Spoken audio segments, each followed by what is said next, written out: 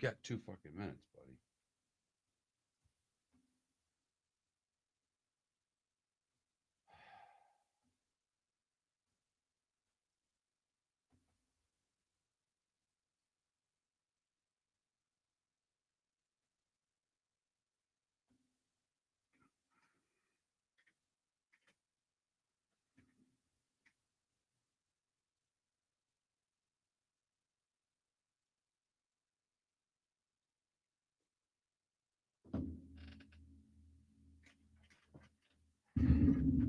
Be waiting on David a long time. He's not doing the show today, so you can wait as long as you want.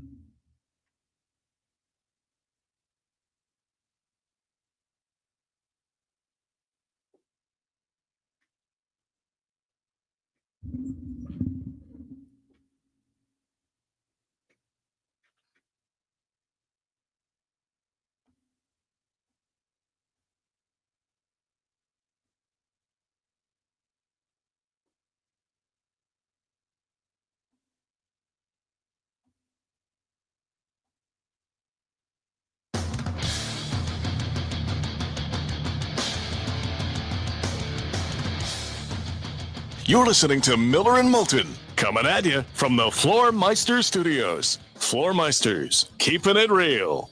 And now, here's Mark Miller and David Moulton. Well, top of the morning to you, Miller and Moulton, on a Friday. Welcome to the show. David has the day off. I am supposed to have a guest host this morning. In fact, I have talked to my guest host this morning. In fact, for those of you on Twitch and YouTube, he was on screen not too long ago. And then his internet crapped out and he has left me. So I will leave the suspense hanging in the air as we get ready for the show today. But I've got to do something for you. How the heck are you? Miller and Moulton on this Friday. Thanks so much for listening. We get a game 7 in basketball. We wanted one in hockey, or at least a lot of us did. And the Florida Panthers said, no damn way that's going to happen on our watch. We've got an opportunity to close this out at home, and we will do so. And last night, the Indiana Pacers denied Oklahoma City the chance for their championship, and they absolutely throttled the Thunder last night in a decisive 108-91 game that was not anywhere near that close. I now bring in my co-host for this morning. Let's see if he's going to stick around for more than 30 or 40 seconds. Trent Bally in the house tonight, filling in for David. Good morning, Trent. How are you? Good morning. I apologize for the tardiness, but hey, this is just true Miller and Moulton fashion with me, at least. My little stint with you guys. Well, there's no doubt that when in doubt, the internet will leave you blind and leave us out of the box. But we are back together, so thanks, Trent, for filling in this morning. Thought we were going to get a little more competitive game last night, and Indiana misses their first 8 shots. And they're down early. And to be honest with you, I'm like, all right, this is the way I expected it to go. They go on a 68-32 run over the course of the next 24 minutes. By the end of the third, they had built the lead to 30. By the start of the fourth, starters were not playing. I don't know what you chalk it up to, but that is as bad of a performance with an opportunity to win a championship that I think I've ever seen. Yeah, this is more of those, those questions where people are like, did this team win it or did this team lose it? And that definitely felt like the Indiana Pacers took that game, took the bull by the horns, so to speak, and ran with it. And I give Rick Carlisle a hell of a lot of credit because a coach who, if he wins this championship, will probably be in the Hall of Fame. And that team, whose best player is Tyrese Halliburton, only has 14 points. And we know he's a pass-first guy in general. But that team is just so balanced. You don't know if you're getting it from Benedict Mathurin. You don't know if you're getting it from Miles Turner. Tyrese Halliburton, of course. But I give the Pacers so much credit. Like you said, Thunder had everything on the line. And yet the Pacers, who haven't trailed in a series all postseason looked like the more poised team. And now we get a game 7. Absolutely, and nothing better than that. I will say Halliburton, for all of the talk of the bad calf, I mean, and we thought he'd be 70%, we're talking whether or not Carlisle should even play him. Is it going to have long-term effects on the young man's career? Yeah, he looked fine. Yeah, he sure did. And like I said, he's a pass-first player anyway, so I don't want to say that helps, but it definitely doesn't hurt, no pun intended, if you're a pass-first guy and you're not going to be going into the lane a ton. And that style of play, I feel like, is a little bit easier to play through an injury like that. So give him credit, give Rick Carlisle credit, and the Thunder, for all the credit we gave them all season long, Mark, they're now one loss away from squandering one of the greatest seasons ever. I mean, this is a great team on paper. So you made a couple of great points on Carlisle. I mean, David and I talked about Rick Carlisle before the series. He's won a championship before. Nobody, including me, I called it in 5. I gave the Pacers no chance in this. I thought Oklahoma City would get it done last night. That's another wrong answer by me. But Carlisle he said it before the game. This isn't going to be one player. This is going to be a total team commitment. Every cliche you want to throw out there. But, I'll give David credit. He thought he picked Oklahoma City, but he said all along, and he's right, and we know this, bench players play better at home. They just do. They're more comfortable, whatever the case may be. Last night, you mentioned a bunch of guys, but Obi Toppin leads them in scoring last night. TJ McConnell has a great stat line. Like had 12 points, but he had a bunch of rebounds. He had a bunch of steals. He had a bunch of assists. I mean, he had a complete game filling in with Halliburton having limited minutes. I think he played 31 minutes last night. So Carlisle obviously put the pressure on the rest of his team, or at least, explain to them the importance of a total team effort. And last night they gave it. What has me more baffled, though, is that where was the fight in Oklahoma City last night? I kept waiting with the runs that we've had throughout the playoffs for all of these teams. Where was the run from Oklahoma City last night? Where was the effort? A team that basically their season is defined by effort. 68 wins. Talk about them being a great defensive team. And last night, they weren't a great defensive team. They turned it over all the time. And their effort really lacked to me. That's surprising to see out of a team that thrives on effort. Well, and that's where you have to look at the best player for OKC, SGA, right? And I don't mean to pile on because I don't always think it's fair, but it's just what we do, right, wrong, or indifferent. If this was LeBron James, if this was Kevin Durant, if this was Steph Curry, we'd be piling onto that kind of guy because he only had 21 points or whatever it is in a situation like that, Mark, where you're able to potentially clinch a championship. And he wasn't great. He wasn't bad at all. He just wasn't great. He wasn't spectacular. He wasn't getting to the line the way that he typically does. So I think when that is not happening for the OKC Thunder, things can go a little bit awry. And I know there's jokes out there about Scott Foster and how he's the series extender. And I know that was game 5, but it's just funny to me how we're so quick to pile on certain superstars and not others. Like, do we consider SGA a superstar? I do. And you have to. You have to, right? So he deserves. I don't know. We've had a long talk on the show about superstar, and he's definitely a star. He's a budding superstar, but he was the MVP of the league, for crying out loud. Correct. And that's the guy who has to lead in those situations. And last night, but again, bench points were clearly in favor of Indiana. Their bench killed them last night. Turnovers, obviously, a huge edge for Indiana as well. In this series, I think all but one game. We've played 6 games. The team whose bench outscores the other has won 5 of the 6 games. 2 very deep teams. And that honestly is a testament to, we talk all the time about how the NBA is in a bad spot and the product isn't great. I would point to this series right here and say, look at these two teams, two deep, well-coached teams that, like you said, Mark, you never know who's stepping up. You never know who's going to be the bench hero, well, whether it's at home or on the road. One way or another, these two teams have proven that true basketball in its purest form is still effective. And that goes as far as maybe SGA not getting as many free throw attempts in some of these games. And it comes back to bite the Thunder. So I commend the league for giving us this type of finals. I know a lot of your audience isn't a huge basketball fan base, but I will say this. Two small market teams, the NBA probably isn't super happy with this matchup. But from a pure basketball standpoint, Mark, you just nailed it. Bench players stepping up, deep teams, well coached. I've enjoyed it. And Trent, you're a hoop head, and you're young. So you kind of broke into sports as big threes were happening. Yeah, sure. With the Heat kind of the Celtics before that, and then the Heat. But you had to have three. The big three was probably the talk of the 2010s. Yep. And of the first decade of the 2000s.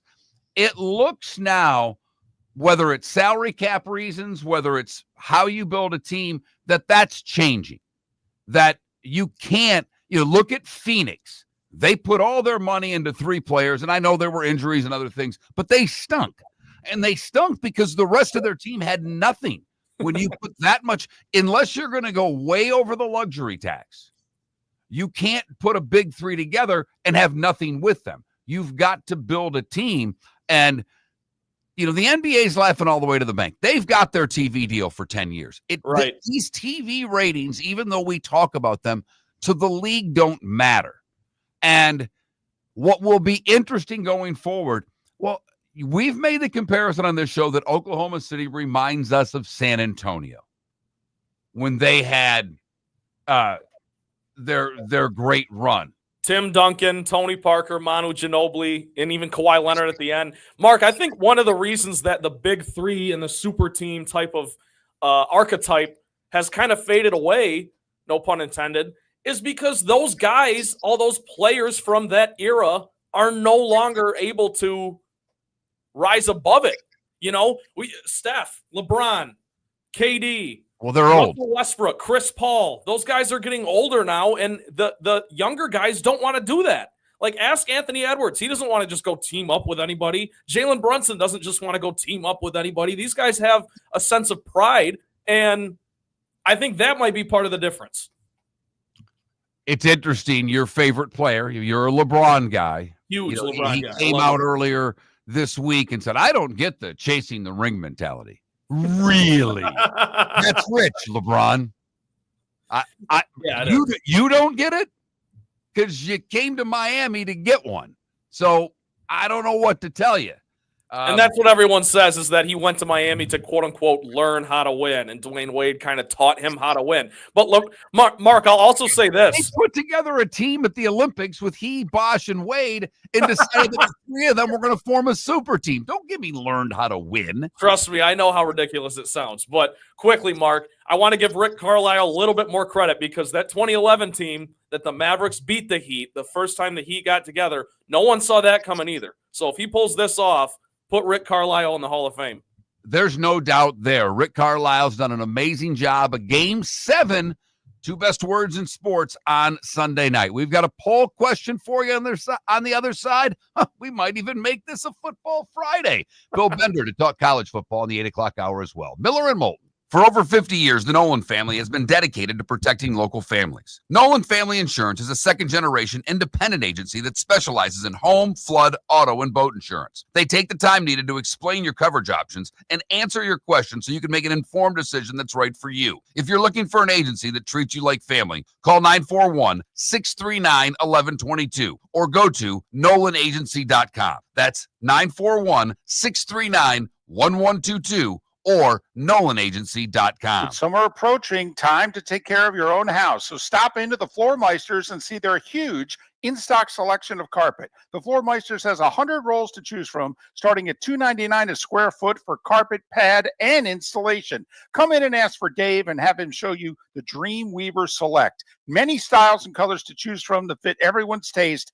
Floor Meisters, 6281 Naples Boulevard in Naples, right next to Costco, or go to the web, floormeisters.com. American Paint Supplies is your one-stop shop for all your coating needs and has been for 30 years. American Paint Supplies is also your #1 Festool dealer in Southwest Florida. If you are a builder, cabinet maker, painter, or power tool enthusiast, Festool craftsmanship can be found at American Paint Supplies. Celebrating 30 years of service, and Festool is celebrating 100 years of excellence. Come to American Paint Supply for a perfect pairing of service and expertise on 6100 Shirley Street, Naples, off of Pine Ridge, or online at AmericanPaintSupplies.net.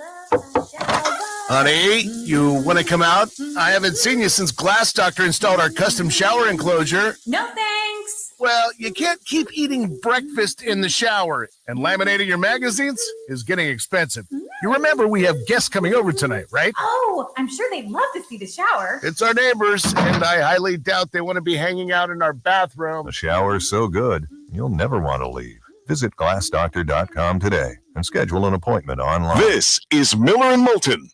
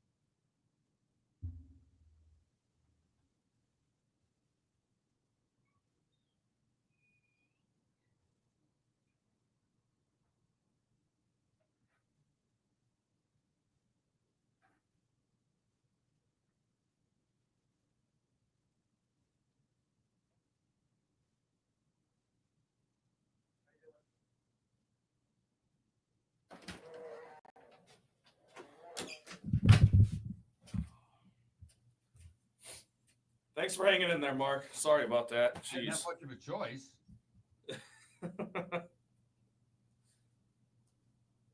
I ran to the studio next door and frantically asked the guy about their Wi-Fi over there. So then connected to that. Just a nightmare.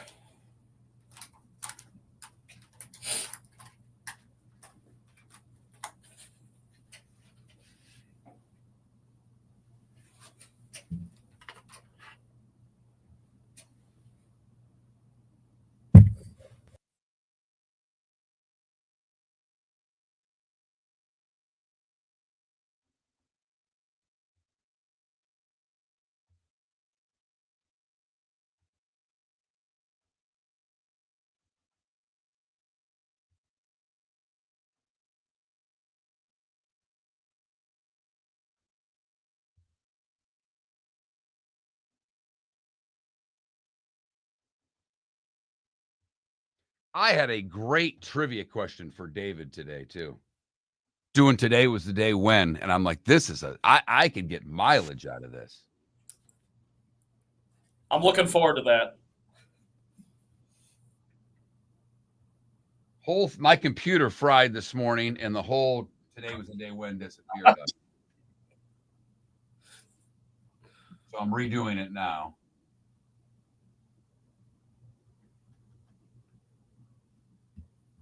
Do I sound okay, by the way? A little hollow, but all in all good. A little hollow? Okay.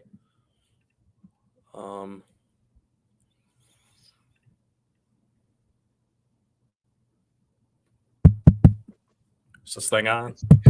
Yeah, that's on. I'm hearing that. No, I'm just being a jackass.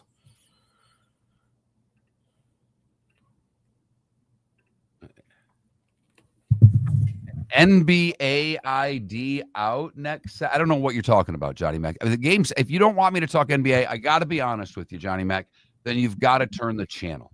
Game 6 was last night. They're having a game 7 on Saturday. I don't know. I mean, you're going to break down the Rays loss to the Orioles? Yeah, everything's okay with David. He has the day off. He said all week there was going to be a guest host on Friday. Everything's fine. All good in the hood. We are allowed some days off, folks. We are.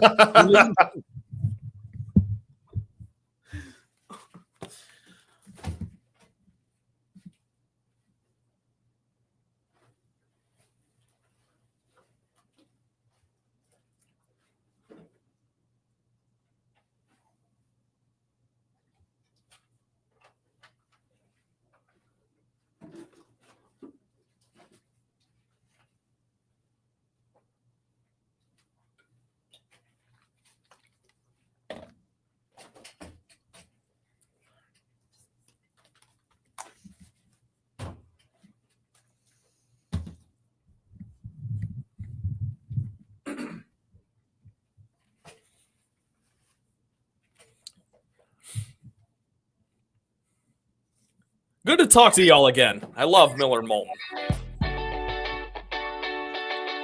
You're listening to Miller and Moulton. And now, here's Mark Miller and David Moulton. Miller and Moulton on a Friday.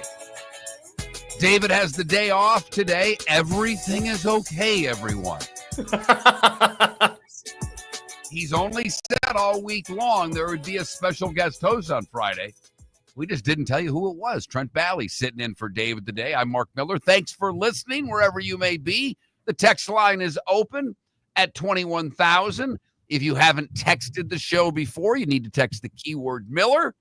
Text that to 21,000. In fact, you haven't texted in a while the keyword Miller. If not, Trent's going to get him on the Michigan Sports Network test line. That is a funny that's a funny little wrinkle here, Mark, as I do get invariably 5-6 texts a morning that are they're supposed to be sent to you guys, and they're talking about either the Florida Panthers or golf or something that I know you guys are talking about.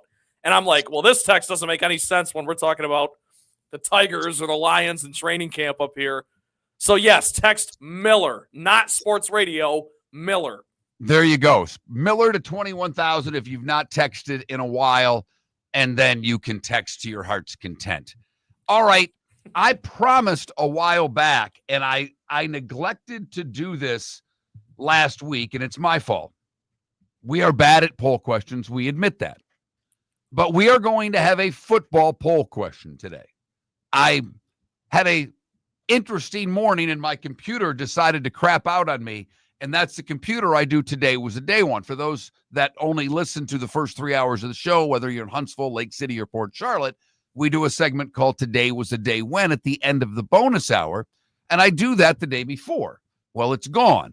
So I didn't I didn't put the poll question up just yet. I will get it up shortly. But Trent, I will let you ponder the question because we will do everything in our power to make any day a football day, but particularly today where the magic numbers are 69 and 76. 69 days from the first big weekend of college football, 76 days from the opening kickoff of the NFL season, and most importantly, 7, the magic number until I go on vacation. Bill Bender will join us on the show today at 8 a.m. Scott Bentley hosts the Locked On Tigers podcast. He will join us as well in the 8 o'clock hour. Big series with the Tigers and Rays at the Trop. In fact, a big enough series that I am looking at tickets and perhaps taking the entire family up on Sunday to catch a little Rays and Tigers. We obviously talked a lot of Florida Panthers, a lot of Stanley Cup. I know you're up in Michigan. I am just curious from the standpoint of your show, because I know your host is a baseball guy first and a Tigers nut. Did the Stanley Cup Finals even enter the fray on your show in the last 2 weeks? Oh, yes. And one thing that I'll give Shep credit for is he believes that hockey, first of all, he believes the NHL doesn't do a good enough job promoting its stars for how good some of these guys are. There's no doubt. Including guys like Connor McDavid and Leon Draisaitl, who are now 0-2 in Stanley Cup Finals. Neither here nor there. But yeah, we talked a good amount of Stanley Cup Finals the last couple weeks, and it was a great series. Another great series, two great teams, and I'll tell you what, the people up here, Mark, love Paul Maurice. They see Paul Maurice as kind of cut from the same cloth as Dan Campbell, different sports, but same messaging. Maybe the intensity's a little different, but I think Detroit fans kind of identify with Paul Maurice's whole message. So it has been a topic of discussion up here. And if you're an old hockey fan, you go back, and I know this because of my involvement with the Florida Everblades and the Carolina Hurricanes. The Everblades are the minor league team in Southwest Florida, and they at one time were Carolina's affiliate. Carolina used to have their training camps down here, but Paul Maurice cut his teeth coaching junior hockey in Detroit before getting the job with the Hartford Whalers, two teams both owned by Peter Karmanos, the Detroit Junior Red Wings, I think at the time. They changed names a few times over the years, right? The OHL, but that's where he coached before breaking into the NHL at 28 years old. You heard John Forsland talk about that earlier this week on the show. But back to football, back to the poll question. I'll get it up in a moment, but I'm going to ask you, heading into this season, which quarterback has the most pressure on him to win a Super Bowl in 2025?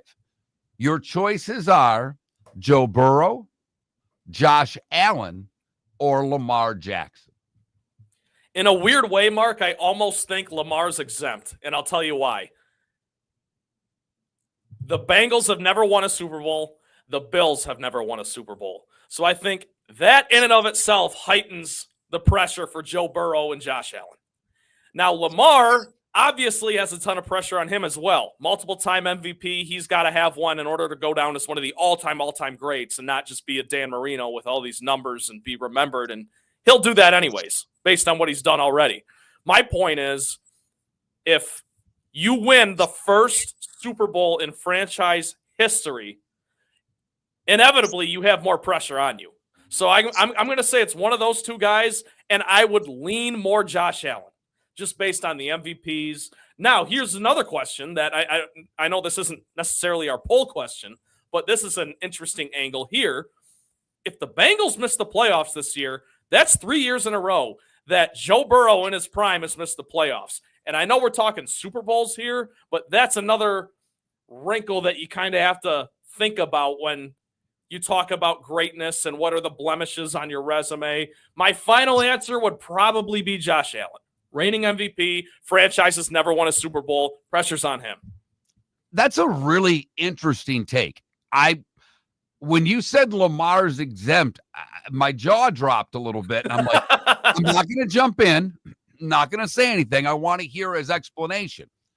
I don't necessarily agree with your explanation. I appreciate it. I like it.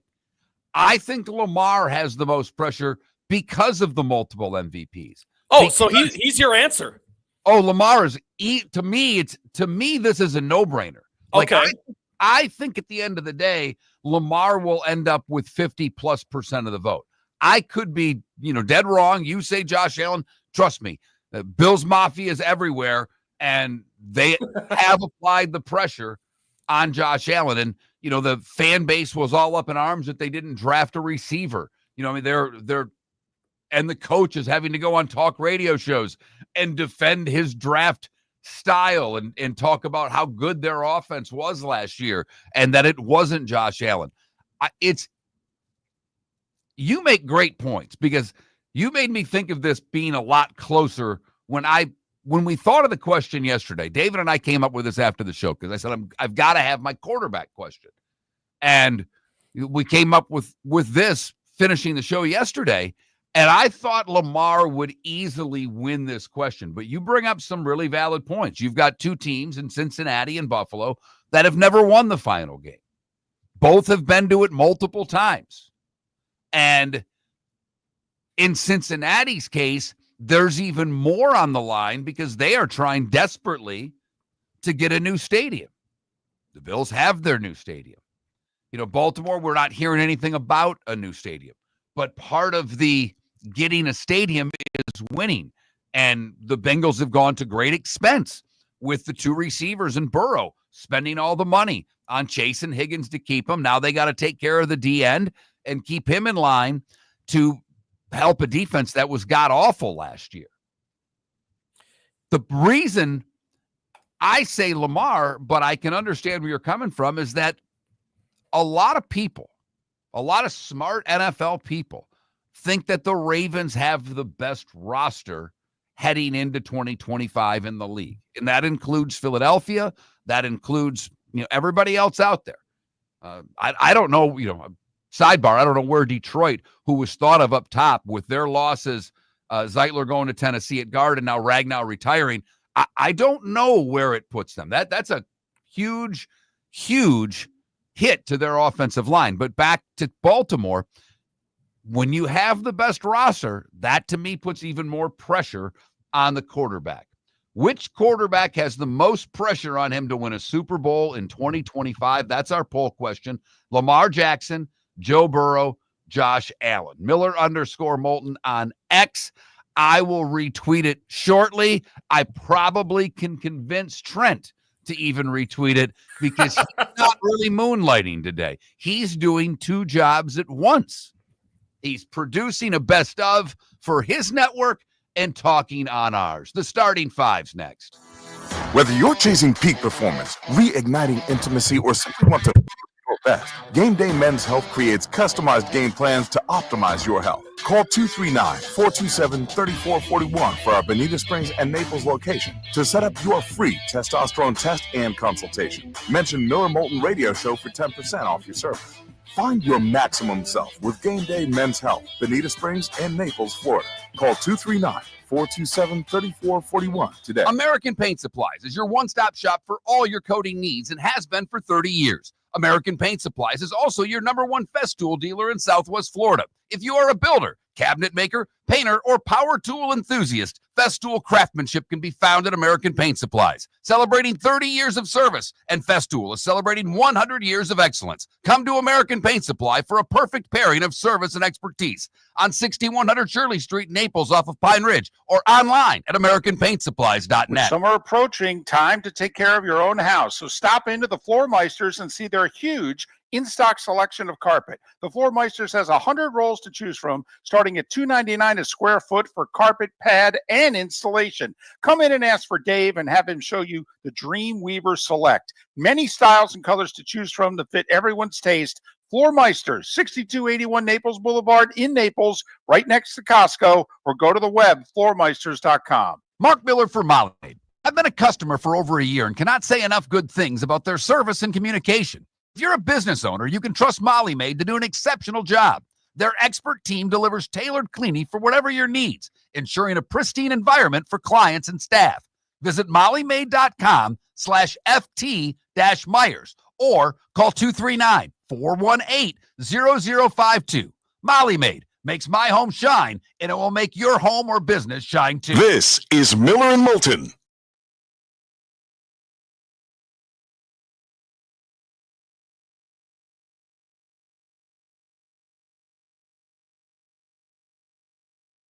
Believes the NHL doesn't do a good enough job promoting its stars for how good some of these guys are.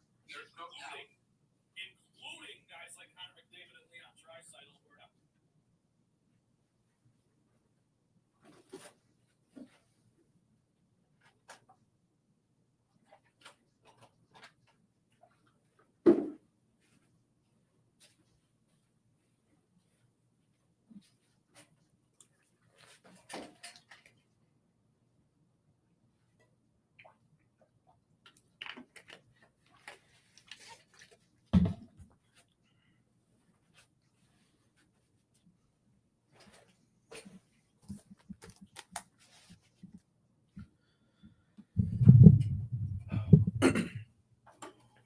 Ready for the weekend, Mark?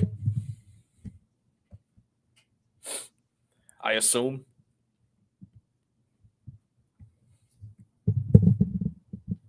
Twitch chat room, how are you?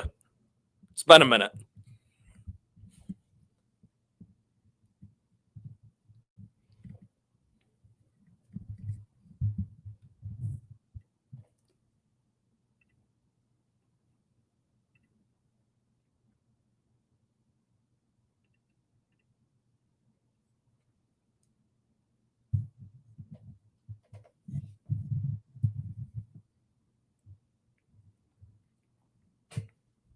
Always love talking to you guys.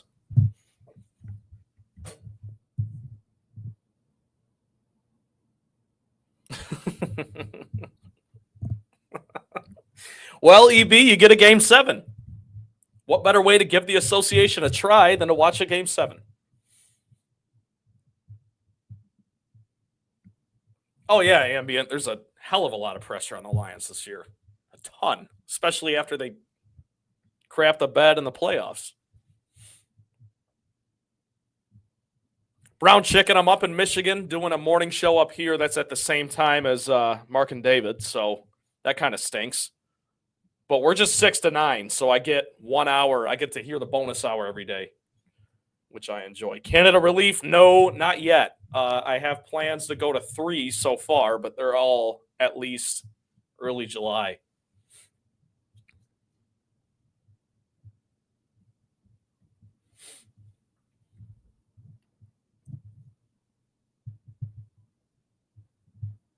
Tickets are high demand these days, I'll tell you. Detroit fans aren't used to that. First, we had the Lions whole ordeal. Now we got the Pistons whole ordeal. Now it's the Tigers. Tickets actually cost real money now.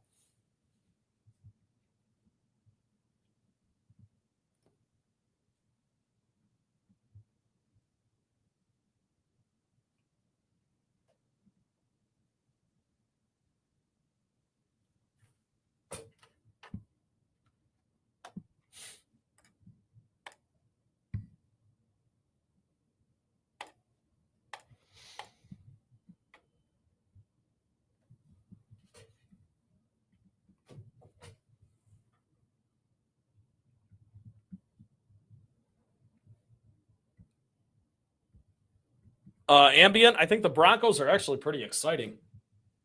Just kind of sucks that you're in Mahomes' division and the Chargers division and all that stuff.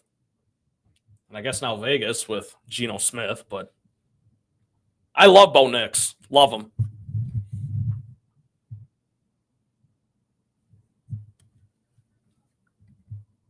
Paula, that's awesome.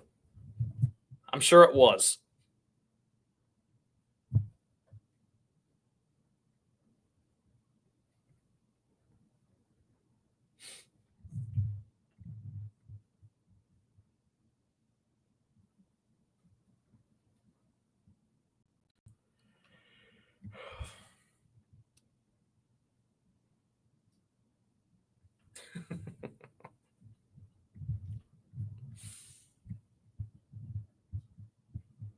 We all know who the Browns' best quarterback is right now.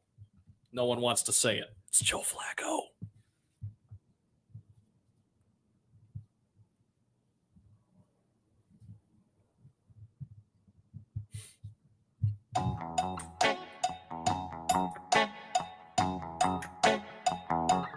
You're listening to Miller and Moulton. And now, here's Mark Miller and David Moulton. Trent Valley filling in for Dave today. I'm Mark Miller. Thanks for listening. Nice little show lined up for you today. We'll have the coolest thing I've seen today coming up in the 7 o'clock hour.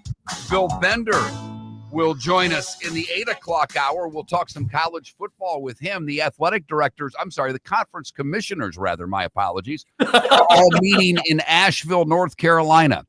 And they are not getting along. They are not able to figure out where they're going with the playoff. There's a lot of infighting between conferences, so we'll try to get a grasp on what's going on there with Bill. And Scott Bentley will set up the Tigers-Rays series at Steinbrenner Field this weekend as the Rays trying to close the gap with the Yankees, and the Tigers right now just running away with the AL Central. But time now for The Starting Five. 5 big stories you need to know.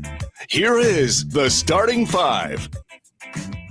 Well, we start obviously with the NBA. The Pacers force a Game 7.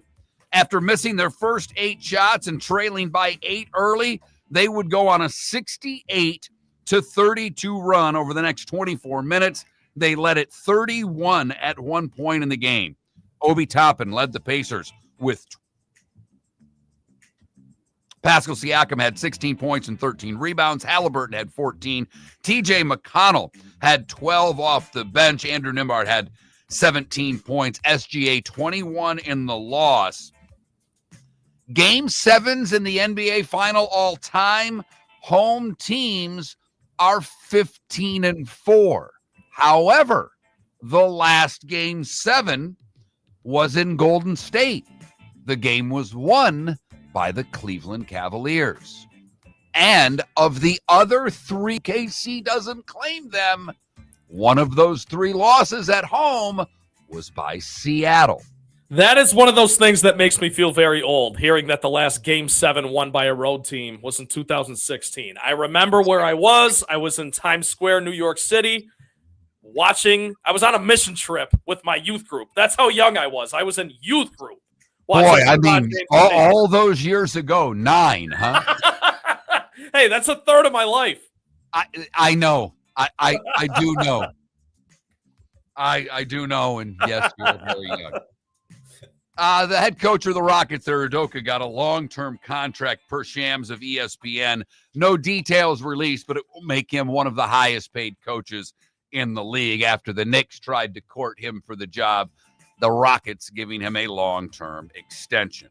Lots of baseball yesterday. We will start in South Florida, where the Phillies, behind a Kyle Schwarber 8th-run home run, beat the Marlins 2-1. Christopher Sanchez pitched 8 for the Philadelphia Phillies, giving up 5 hits and 1 earned runs. Edward Cabrera pitched 6 in the 3rd, giving up a run for Miami.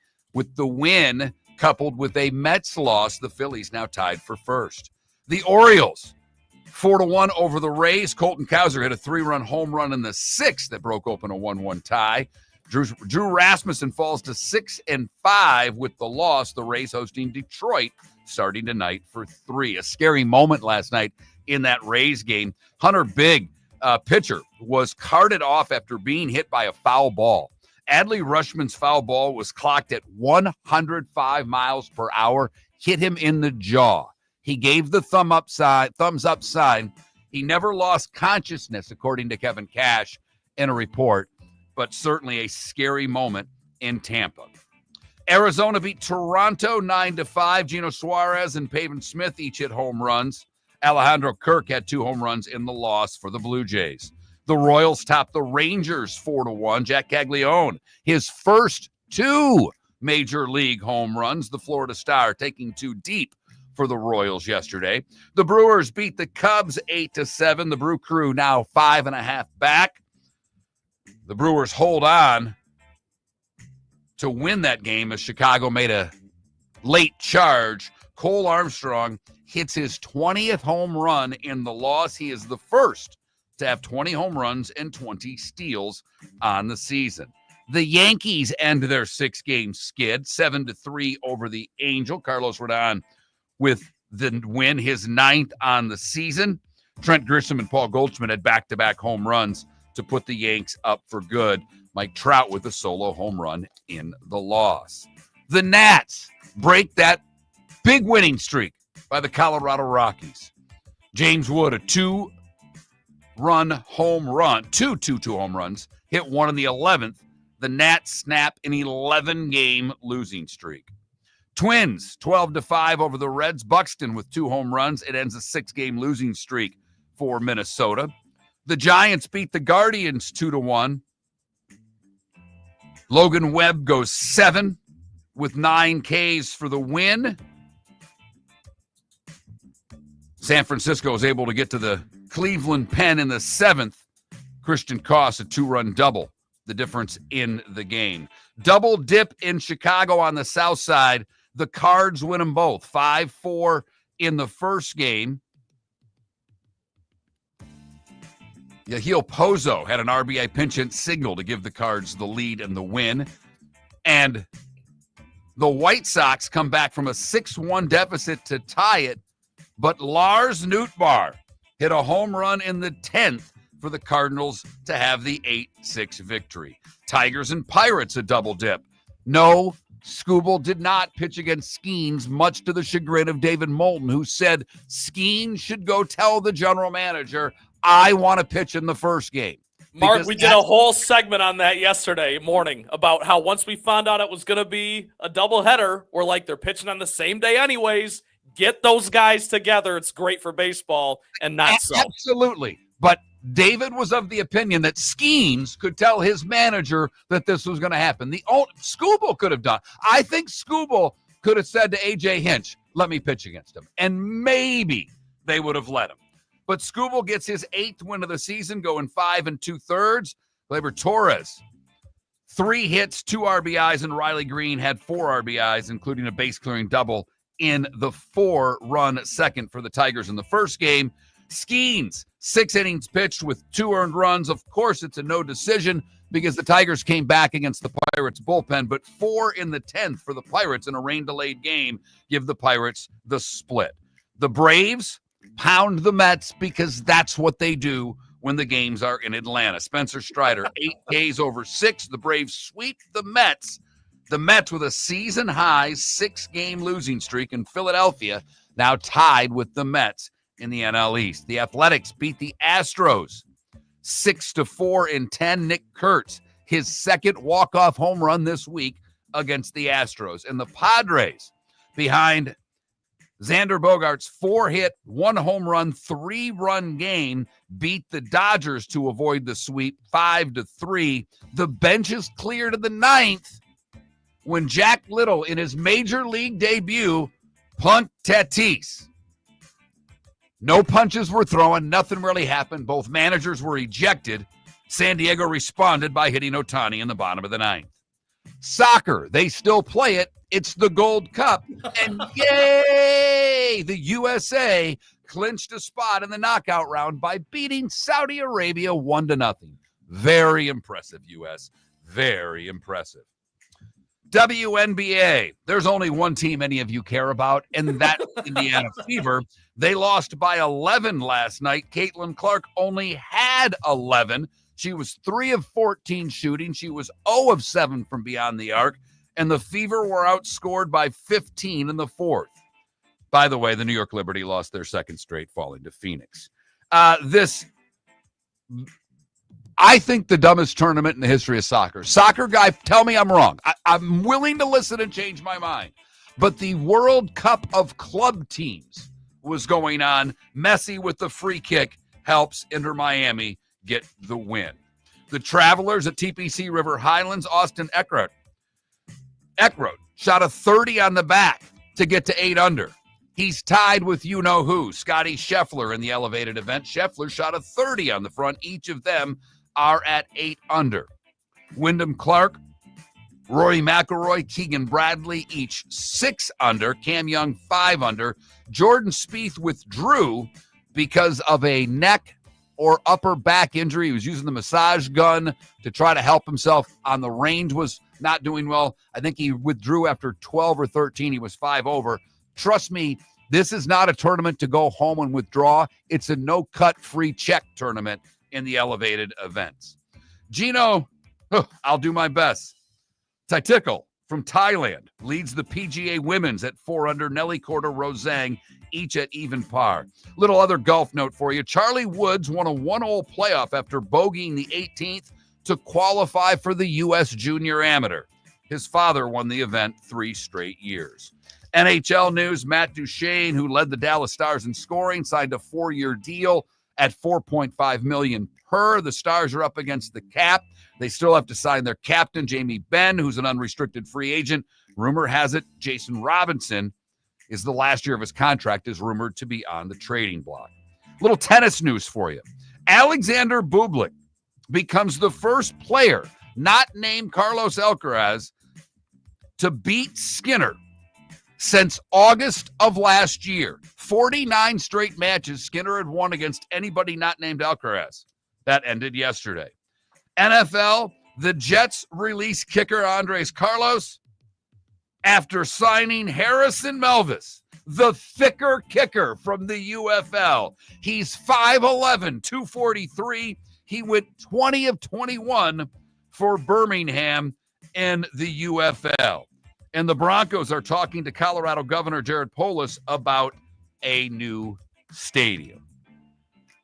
And that are the 5 big stories you need to know, plus a Broncos new stadium on the starting 5.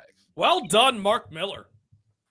I feel like every time we talk about this, we talk about how underrated the starting 5 is in terms of how much work you got to do. You got to do some digging. I did. Today was the day when yesterday in the afternoon. I began the starting 5 early evening because there was a bunch of day baseball. That was the key to a good starting 5 and getting it done early is a lot of day baseball. You can write a lot of crap down before. I had the majority of it done before the NBA game started because the golf was done. There was a little news and notes here and there. But I have to hand it to David because I set my alarm for 45 minutes earlier than I normally do because I had to make sure the starting 5 was done. So there you have it. Starting 5 on Miller and Moulton. We've got our poll question up already. Which quarterback has the most pressure on him to win a Super Bowl in 2025? Your choices: Lamar Jackson, Joe Burrow, and Josh Allen. Early voting, 64% of you agree with me and say Lamar Jackson has the most pressure on him to win a Super Bowl. Last night, the Pacers, who had all of the pressure on them, up against elimination. And when you miss your first 8, I know it's hard because people have been trained, and rightly so, you need to watch the fourth quarter. You need to watch the last 5 minutes. I get it. And last night may have proved it a little bit, but not really, because after an incredibly slow start by the Pacers, they found the hot button, and they couldn't miss. After missing their first 8 shots, I think they made 9 of their next 10, and a lot of them were from beyond the arc. And I, for the life of me, can't figure out where that second gear was last night for Oklahoma City. And that's what stuns me, Mark, to be honest. Is I thought, OKC, you're going for your first franchise championship. You have what many people consider to be the best player in the world, or at least the top 3 player in the world. Back down there. The best player in the world plays for the Nuggets, okay? Nikola Jokic, yes. But my point simply is they have the best player in the series by a mile. As good as you think Tyrese Halliburton is, he can't hold SGA's jock. So you have that going for you. I know you're on the road, but you still are. For the game to go the way it did, for it to start the way it did, Mark, and then for the Pacers to basically run away with it. I mean, it wasn't really close when it was all said and done. That was surprising to me. I don't know about you, but I thought that was surprising. I actually went to bed with about 8.5 minutes left in the game because I'm convinced in these games that whoever's losing has a run in them. But when it gets to 30, I'm kind of done with the idea of a run coming. What impressed me maybe more than anything about the Pacers, one, they closed out the first half really well. And I think they had 2 late buckets to extend the lead. And Oklahoma City, I was waiting for them to try to make that 6-0 run at the end, because they made a run at the end of the first quarter. Indiana had a pretty big lead at the end of the first, and all of a sudden Oklahoma City, I think, scored 6 unanswered, and it was 29-23 maybe at the end of the quarter, but it wasn't over 10. And I was waiting for that in the second quarter. It didn't happen. So I'm like, okay, how are we going to start the second half out? And is Oklahoma City going to come out ready in the second half? And they didn't, and they weren't even close.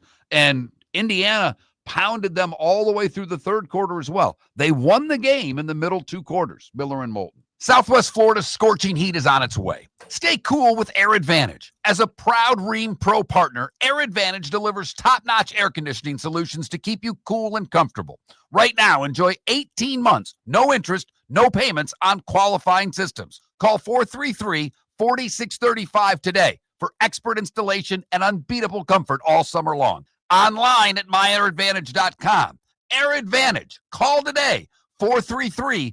4635. With summer approaching, time to take care of your own house. So stop into the Floor Meisters and see their huge in-stock selection of carpet. The Floor Meisters has 100 rolls to choose from, starting at $2.99 a square foot for carpet, pad, and installation. Come in and ask for Dave and have him show you the Dream Weaver Select. Many styles and colors to choose from to fit everyone's taste. Floor Meisters, 6281 Naples Boulevard in Naples, right next to Costco, or go to the web, floormeisters.com. For over 50 years, the Nolan family has been dedicated to protecting local families. Nolan Family Insurance is a second-generation independent agency that specializes in home, flood, auto, and boat insurance. They take the time needed to explain your coverage options and answer your questions so you can make an informed decision that's right for you. If you're looking for an agency that treats you like family, call 941-639-1122 or go to NolanAgency.com. That's 941-639-1122 or NolanAgency.com. Wine glasses never fall over until you get a brand new rug. Oh no! Ketchup bottles act normal till you're wearing a new shirt. Oh, you kidding me? And rocks slide peacefully on the road till the day you get a brand new windshield. Then they fly up off the road and attack without mercy. That's why new windshields from Glass Doctor come with our windshield protection plan. Unlimited repairs and one replacement for 12 months. Don't just fix it, protect it. Glass Doctor. A neighborly company. Mark Miller for Sleep Treatment Direct. They are helping me with sleep apnea. And by helping me, I mean curing me. No more CPAP machine. No more snoring. No more tossing. No more waking up exhausted. Their expert team got me the right treatment, fast and hassle-free. If you want to feel energized and get rid of your snoring, call Sleep Treatment Direct today. 444-1741. That's 239-444-1741. Sleep Treatment Direct. Sleep safe and sound. Defining a new era in men's health. Get stronger and healthier at Game Day Men's Health. With our in-house laboratory, get in, get treated, and get back to your passion and purpose. Call 239-427-3441 for our Bonita Springs or Naples location to set up your free testosterone test and consultation. Mention Miller Moulton Radio Show for a 10% discount on your service. Start living your best with Game Day Men's Health, Bonita Springs and Naples. Call 239-427-3441 today. This is Miller and Moulton.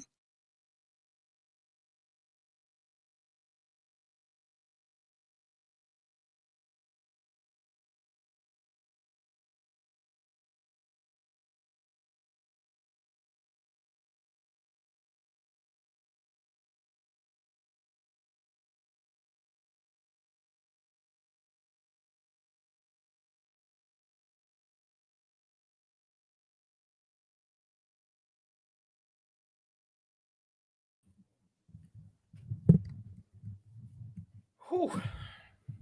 How was everybody's week?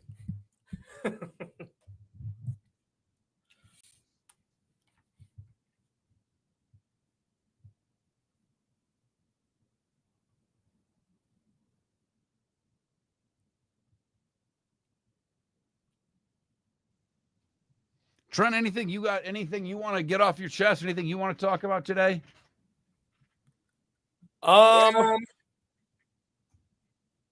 Not particularly. I'm glad we have a Tigers guest. That'll be fun.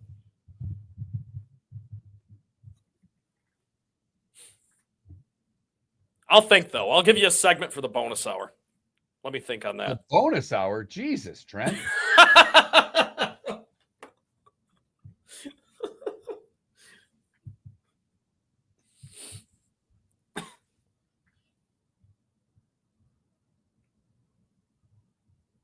Yeah, Clark, it's funny. It's like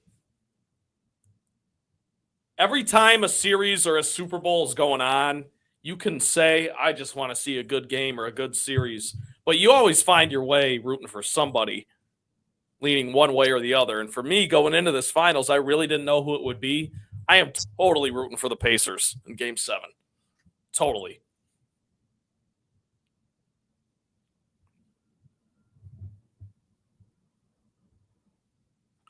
Canada relief, that is just objectively not true.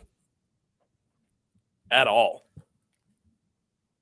By any metric you want to hang your hat on.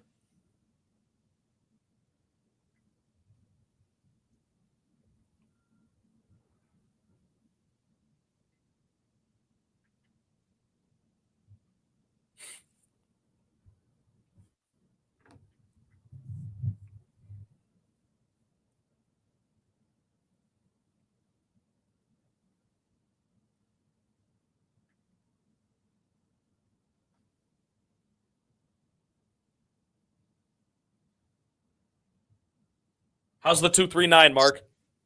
Oh, pretty good. No complaints.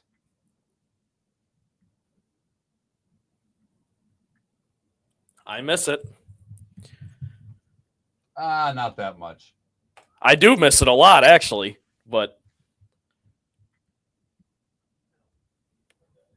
I like it up here just fine. It's home, but I definitely do miss it down there.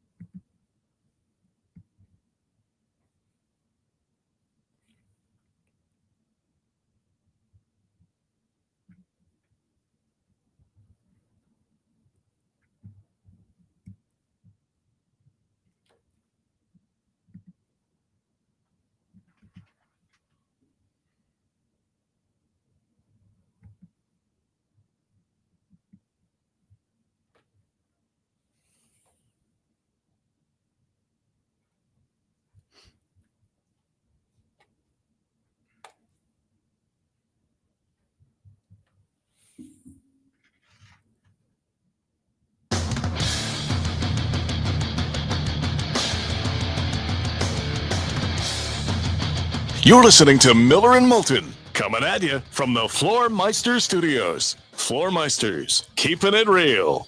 And now, here's Mark Miller and David Moulton. Hour number 2, Miller and Moulton on this Friday. Thank you so much for joining us. Whether you're listening in Lake City, Port Charlotte, Huntsville, Alabama, Jacksonville, Florida, or in Southwest Florida, we thank you for joining us this morning. You can watch the show if you would like.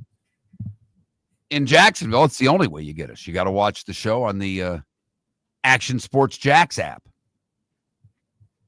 But you can also, anywhere else, go to youtube.com/Miller and Moulton, twitch.tv/Miller and Moulton, and you can interact with those in the chat room on either YouTube or Twitch in real time throughout the show. If you want to text the show, 21,000 is the number. 21,000. The keyword is Miller. So text Miller to 21,000, and then you can text as much as you would want. So ESPN.com, that is, came up with a all-quarter century team a couple of days ago. And yesterday I was perusing. And they have 3 quarterbacks listed.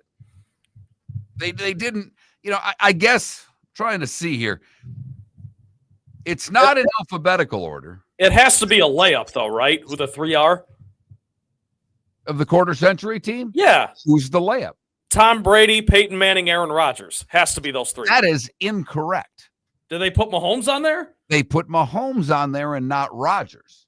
Okay, I'm cool with that. I'm cool with that. I don't think Rodgers belongs. I know the MVP's there, but yeah, that's where I was going. But I'm with you actually. I think Mahomes. You can easily make the argument for Mahomes, but the other 2 are inarguable: Peyton Manning, Tom Brady, and Patrick Mahomes. And I am curious in 2025, and I may put it up as another poll question because we started out within this year.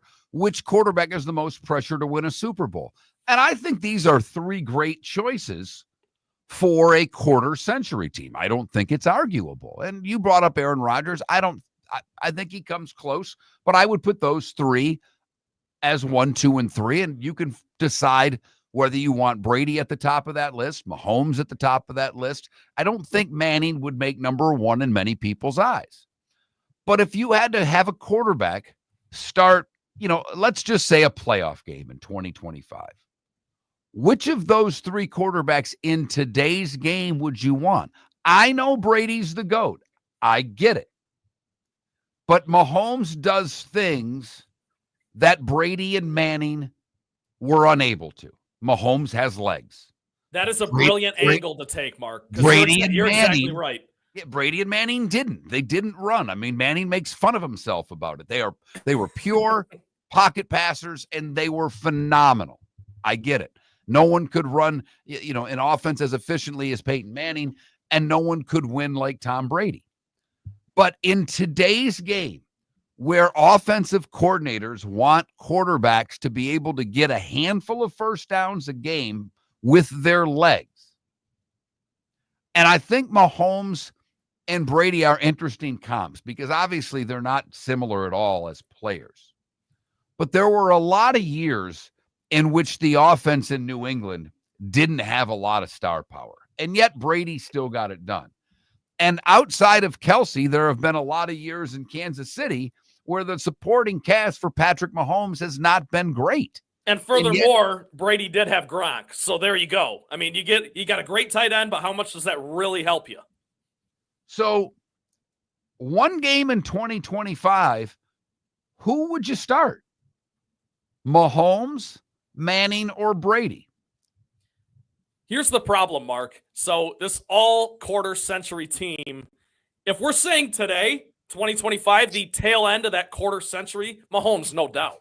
But if we're saying 2006. No. I'm saying today. To me, that's the key part of this equation because the game's changed incredibly from the beginning of the century to this point today. And that's what I'm getting at here is if you took the beginning of the century, I would maybe even take Manning over Brady. But for right now, Mahomes, no question. I think you hit the nail on the head with that one. Brady since 2000, nearly 90,000 passing yards, 649 touchdowns, 7 Super Bowls, 3 MVPs, 6 All-Pro. Manning, 64,000 yards, 487 TDs, 2 Super Bowl championships, 5-time MVP, 9-time All-Pro. Mahomes, getting started, 32,000 passing yards, 245 TDs, 3 Super Bowl champs, 2 MVPs, 3-time All-Pro. You can't lose with any of them. Right. In fact, we are probably going to have, and it's not probably, we're going to have a second quarterback question on June 20th. Yes, there's a Game 7 Sunday night, and we could probably put up there, who do you think's going to win Game 7? In Oklahoma City. I'm guessing 80+% of you will take Oklahoma City in that game. Yeah, it's no fun. And I wish we had a better game to break down from last night, but it was a blowout. It wasn't competitive. There's really nothing to talk about other than the fact of trying to figure out why Oklahoma City seemed to basically quit last night.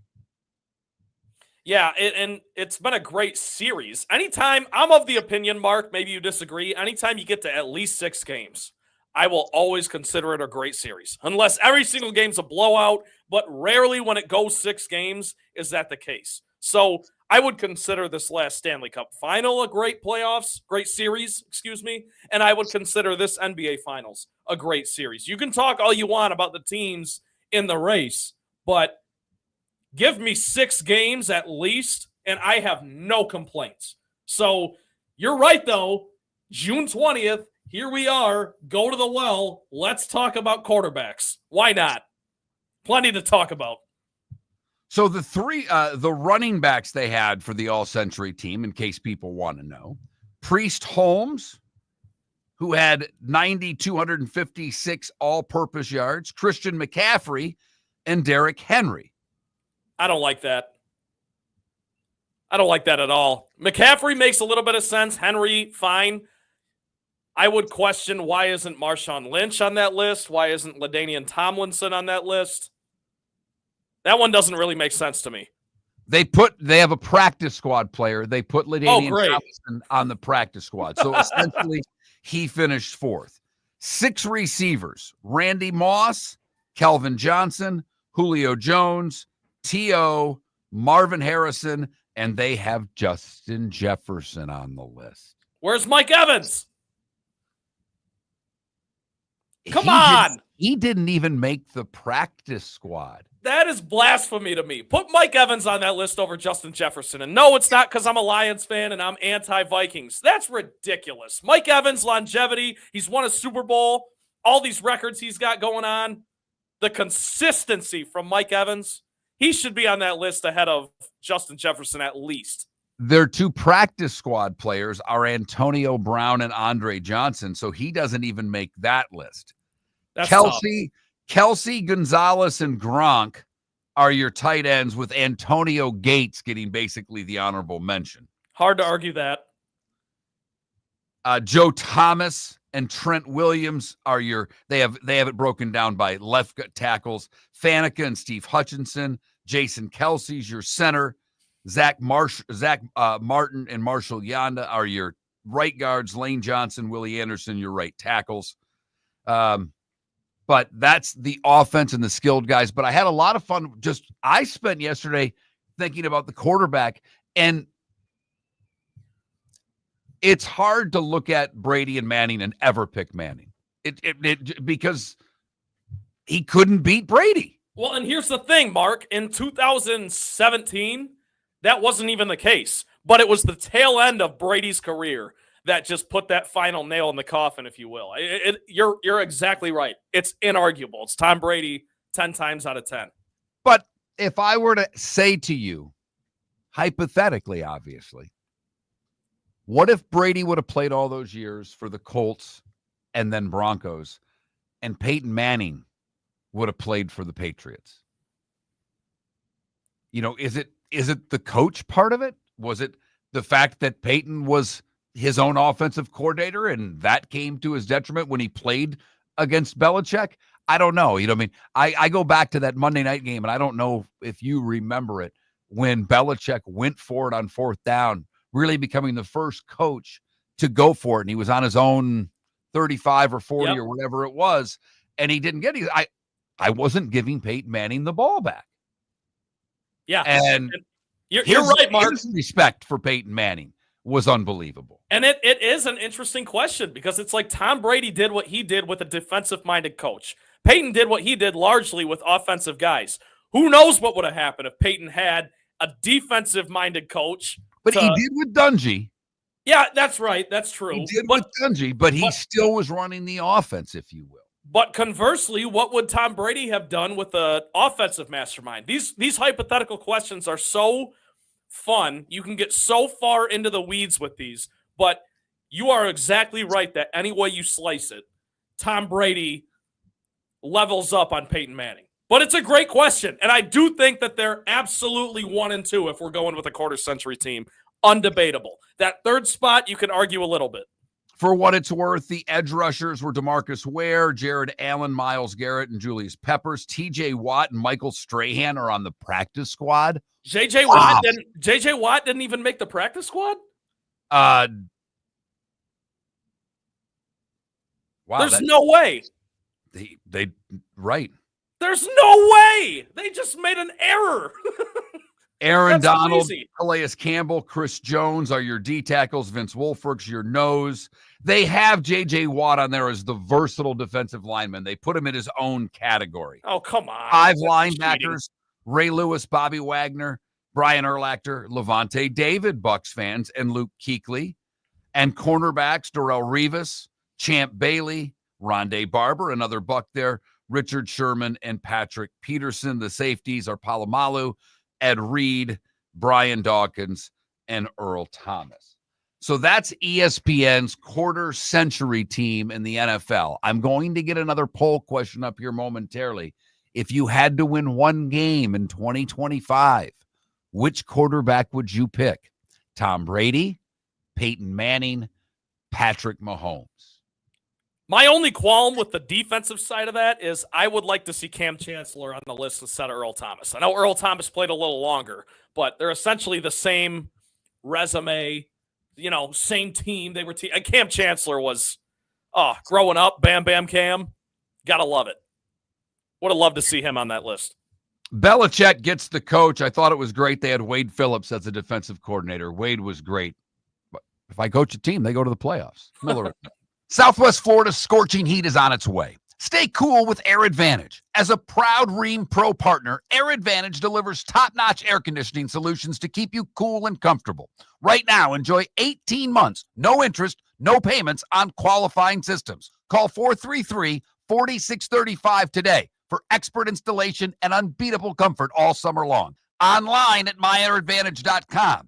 Air Advantage. Call today, 433-4635. 4635. American Paint Supplies, for nearly 30 years, is your one-stop shop for all your coating needs. If you are a designer, a contractor, a professional painter, or a weekend warrior, American Paint Supplies is the place where experts go to get expert solutions. At 6100 Shirley Street in Naples off of Pine Ridge, American Paint Supplies delivers the best solutions with the best products with the best support. Meet Gene and his team today at American Paint Supplies. Call 239-566-2700. That's 566-2700 or online at AmericanPaintSupplies.net. Summer approaching, time to take care of your own house. So stop into the Floor Meisters and see their huge in-stock selection of carpet. The Floor Meisters has 100 rolls to choose from, starting at $2.99 a square foot for carpet, pad, and installation.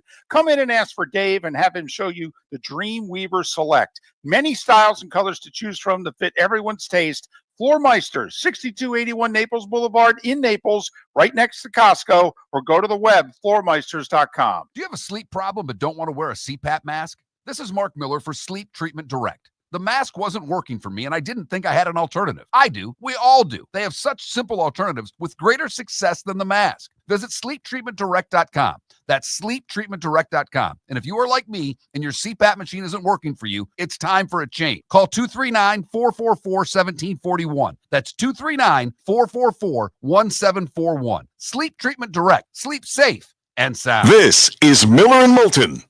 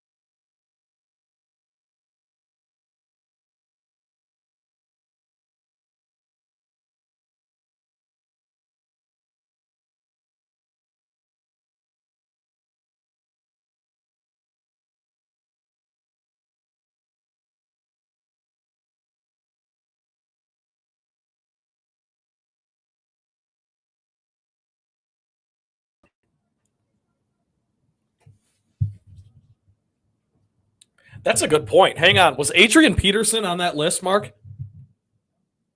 Was he one of the running backs or not?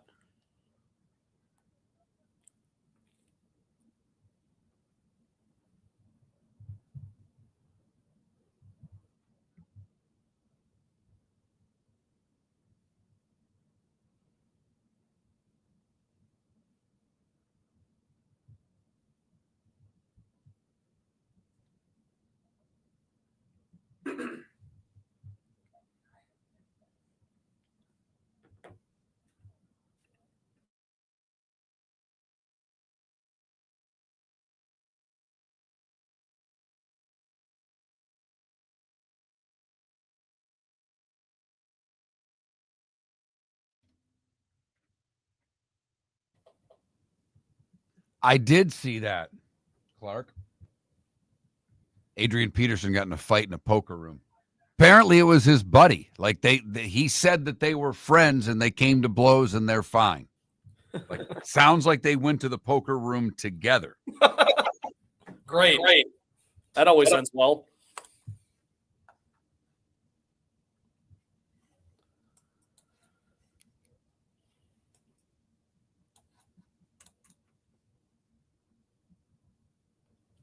Whoever just texted Trent effing Bally, appreciate it. But wrong text line.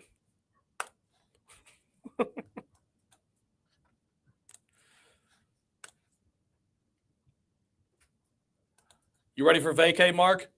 Oh, my God. Tells me all I need to know. I get 1 week a year, man. That's what we get. It's, there was a time that I had 4 weeks vacation a year. This sucks. I love doing the show. Don't get me wrong, but yeah, it's a grind. I can't even, it's hard to even get it. Like, I can't just take like David could take a random day and get you. I don't have that luxury really. Yeah. And now Rick Church possibly leaving the area. I'm really screwed. You're listening to Miller and Moulton. And now, here's Mark Miller and David Moulton.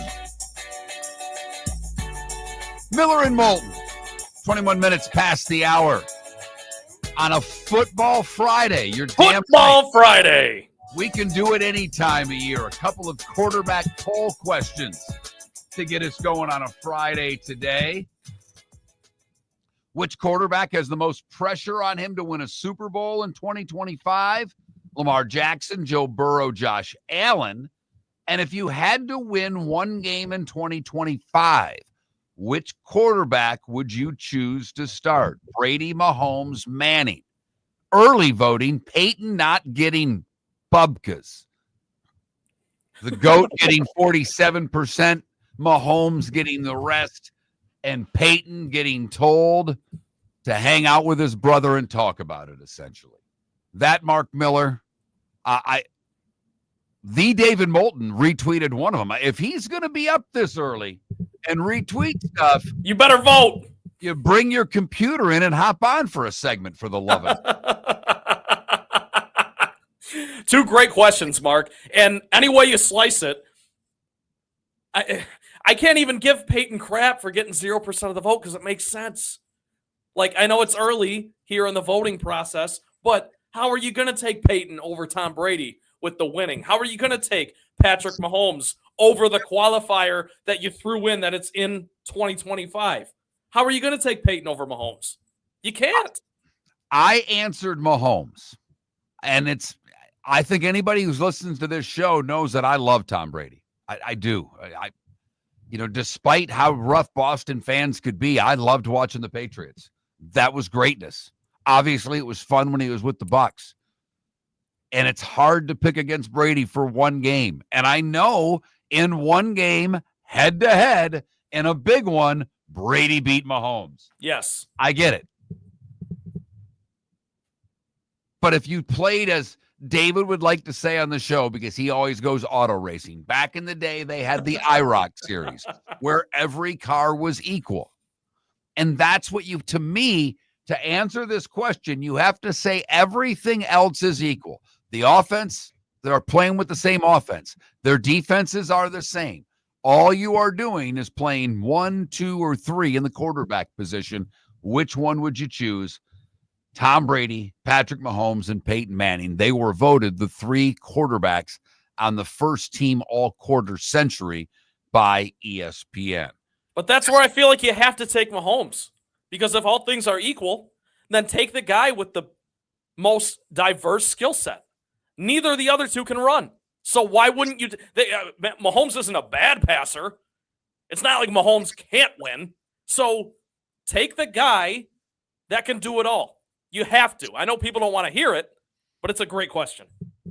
Time now for the coolest thing I've seen today, brought to you by our friends at Air Advantage. Go to myairadvantage.com, or call today, sales or service for your air conditioning needs, 239-433-4635. That's 4635, 18 months, no interest, no payments available. MyAirAdvantage.com. I go to Chicago for today's story, and this happened yesterday in the Chicago game against the Brewers. The Brewers, Sal Frelick, lost his bat swinging at the ball. It ended up getting stuck 10 feet in the air in the netting on the third base side, or on the first base side, rather. And a fan went all Spider-Man to retrieve the bat. He climbed the netting. And when you're watching the video, the announcers are like, no, no, no. And he grabs the bat and they go, yes. And he climbs down and the crowd's cheering and he's got the bat, and security immediately comes down and escorts the man out of Wrigley Field. How do you arrest a superhero? Exactly. But the good news is that minutes later, the bosses of the security that were going to toss him basically had second thoughts and said, they came to their senses. We can't throw this guy out. And he was met with rousing cheers from the 41,000 at Wrigley when he returned to his seat a few minutes later. That's the coolest thing I've seen today. And it's brought to you by Air Advantage, MyAirAdvantage.com. All right. How much, if any, stock do you put into last night's Pacers victory and any carryover to Game 7? I put a ton into it, Mark, and here's why. These two teams, neither one has won anything. It would be one thing if, we had a proven commodity in the San Antonio Spurs losing Game 6 in 2013, where we're like, okay, they can come back and win a Game 7. They didn't end up doing it. The Heat beat them. But the point is, it's a team that you trust. I don't think you can trust either one of these teams, quite frankly. And they've proven why in this series. So I put a lot of stock into it, Mark. I think it's a coin flip. I think it's anyone's game in Game 7. How do you feel? I thought Oklahoma City was going to win this series in 3 when I first tried to break it down. I mean, I didn't think Indiana had a chance. I thought and I picked 5 games. I thought they might win 1. What has been evident in this series, and we talked about it earlier, we've played 6 games. 5 of the 6 times, the team whose bench has led in scoring has won the game. It's all about the depth. To David's point that he said yesterday, and he's right, we've talked about this on the show for a few years, bench players typically play better at home. They're more comfortable at home. I don't look at this as a January game where the team lands in whatever city and goes out. This is the finals. They're not doing anything but thinking about basketball at this point. But I do believe that a crowd can affect a bench player. I don't think a crowd typically affects a star. In fact, I think most stars, why they're stars, is that they enjoy the opportunity to shut the crowd up. That they live for the moments, not just at home to make the big plays, but they relish the moments on the road when the pressure's on them. So I don't worry really about SGA at all. I put it this way, right now I have no idea what the over-under is for SGA. If it's 30, I would go over. Here's what I'll say, Mark. I agree with you. That's a great point. But Tyrese Halliburton probably has a little bit more of that trust factor for me as a star that wants to shut up the road crowd. And guess where Game 7 is? It's in OKC. And Tyrese Halliburton, despite playing through the injury and despite having 14 points in Game 6 and the Pacers moving on, maybe I trust him a little more. I don't know. I'll make a pick later, but... Well, I will say the one thing about Halliburton that has to be understood is that obviously his calf is sore and he played really well last night and he didn't look like a player that was injured. But the fact that the game isn't until Sunday, he gets basically 3 days to rest that calf for Game 7. Now, if he looked the way he did last night at what we think is, 80%, 70%, whatever Yeah. you want to say his calf was at last night. Well, certainly you've got to think with the trainers and the medical staff and basically 3 days off that he should be in even better condition for game 7 than he was game 6.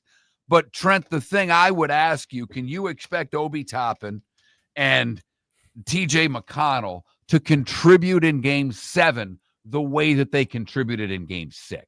Expect? No. But believe? Yes. I believe they can do it. Do I expect it? Of course not. I expect, and I guess I'll, spoiler alert, I think OKC is going to win this series. It's just going to take 7 games, which none of us really saw coming. Mark, I was with you. I picked the Thunder in 5 before the series because I just think they're far and away the better team. And I'll give Tyrese Halliburton and Rick Carlisle that Allen Iverson, Larry Brown respect in 2001 or 2000 of they'll get you a game, but the better team's going to win this series. But I believe those bench players can come through. The Indiana Pacers have made me believe. I don't expect it, but I believe they can. Don't think they will, if that makes any sense. I expect the Thunder to win this series in 7. Miller and Moulton. Poll questions are up at that. Mark Miller, the David Moulton, and Miller_Moulton on X. Mark Miller for Molly Maid. Why Molly Maid, you ask? Trust. Moulton was a customer for 15 years. Affordability. Didn't I just say Moulton was a customer for 15 years? Worry-free services. Our professional house cleaners are fully insured and a 24-hour warranty. Call Molly Maids today at 239-774-5839. That's 239-774-5839 or online at mollymaid.com/FTMYERS. That's mollymaid.com/FTMYERS. Whether you're chasing peak performance, reigniting intimacy, or simply want to feel your best, Game Day Men's Health creates customized game plans to optimize your health. Call 239-427-3441 for our Bonita Springs and Naples location to set up your free testosterone test and consultation. Mention Miller Moulton Radio Show for 10% off your service. Find your maximum self with Game Day Men's Health, Bonita Springs and Naples, Florida. Call 239-427-3441 today. For over 50 years, the Nolan family has been dedicated to protecting local families. Nolan Family Insurance is a second-generation independent agency that specializes in home, flood, auto, and boat insurance. They take the time needed to explain your coverage options and answer your questions so you can make an informed decision that's right for you. If you're looking for an agency that treats you like family, call 941-639-1122 or go to NolanAgency.com. That's 941-639-1122 or NolanAgency.com. With summer approaching, time to take care of your own house. So stop into the Floor Meisters and see their huge in-stock selection of carpet. The Floor Meisters has 100 rolls to choose from, starting at $2.99 a square foot for carpet, pad, and installation. Come in and ask for Dave and have him show you the Dream Weaver Select. Many styles and colors to choose from to fit everyone's taste. Floor Meisters, 6281 Naples Boulevard in Naples, right next to Costco, or go to the web, floormeisters.com. This is Miller and Moulton.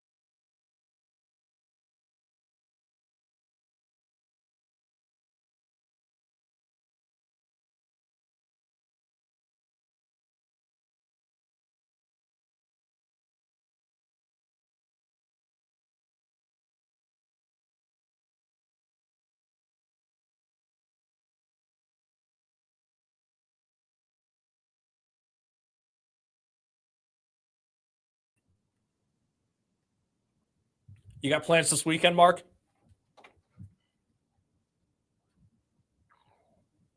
No?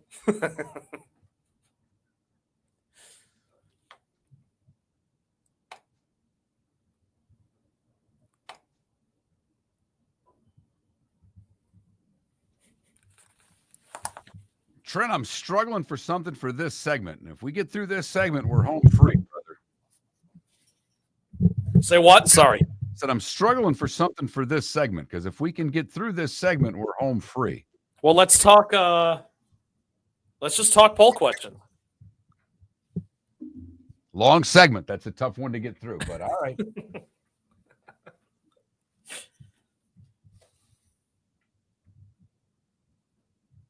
We can talk more Lamar, Josh Allen, Joe Burrow. We haven't really done a ton on that, honestly. So,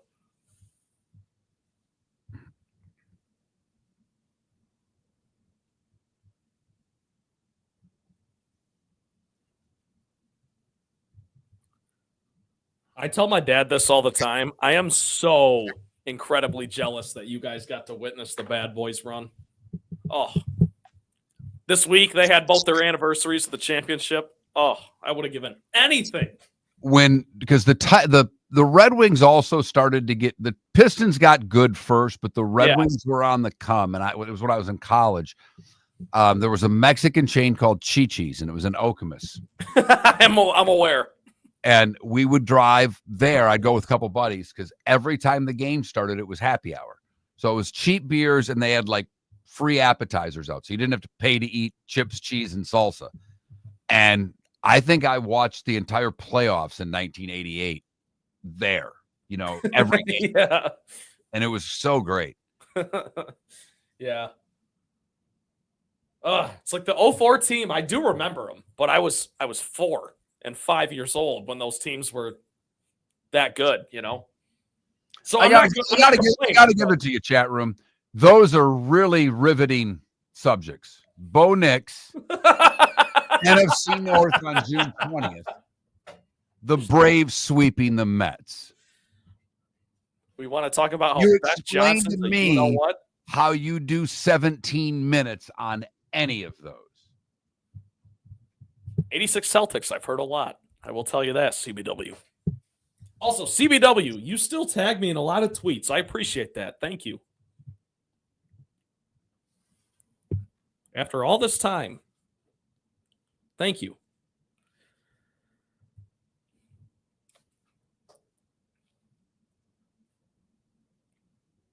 Yeah, the U.S. men's soccer team. It's a joke.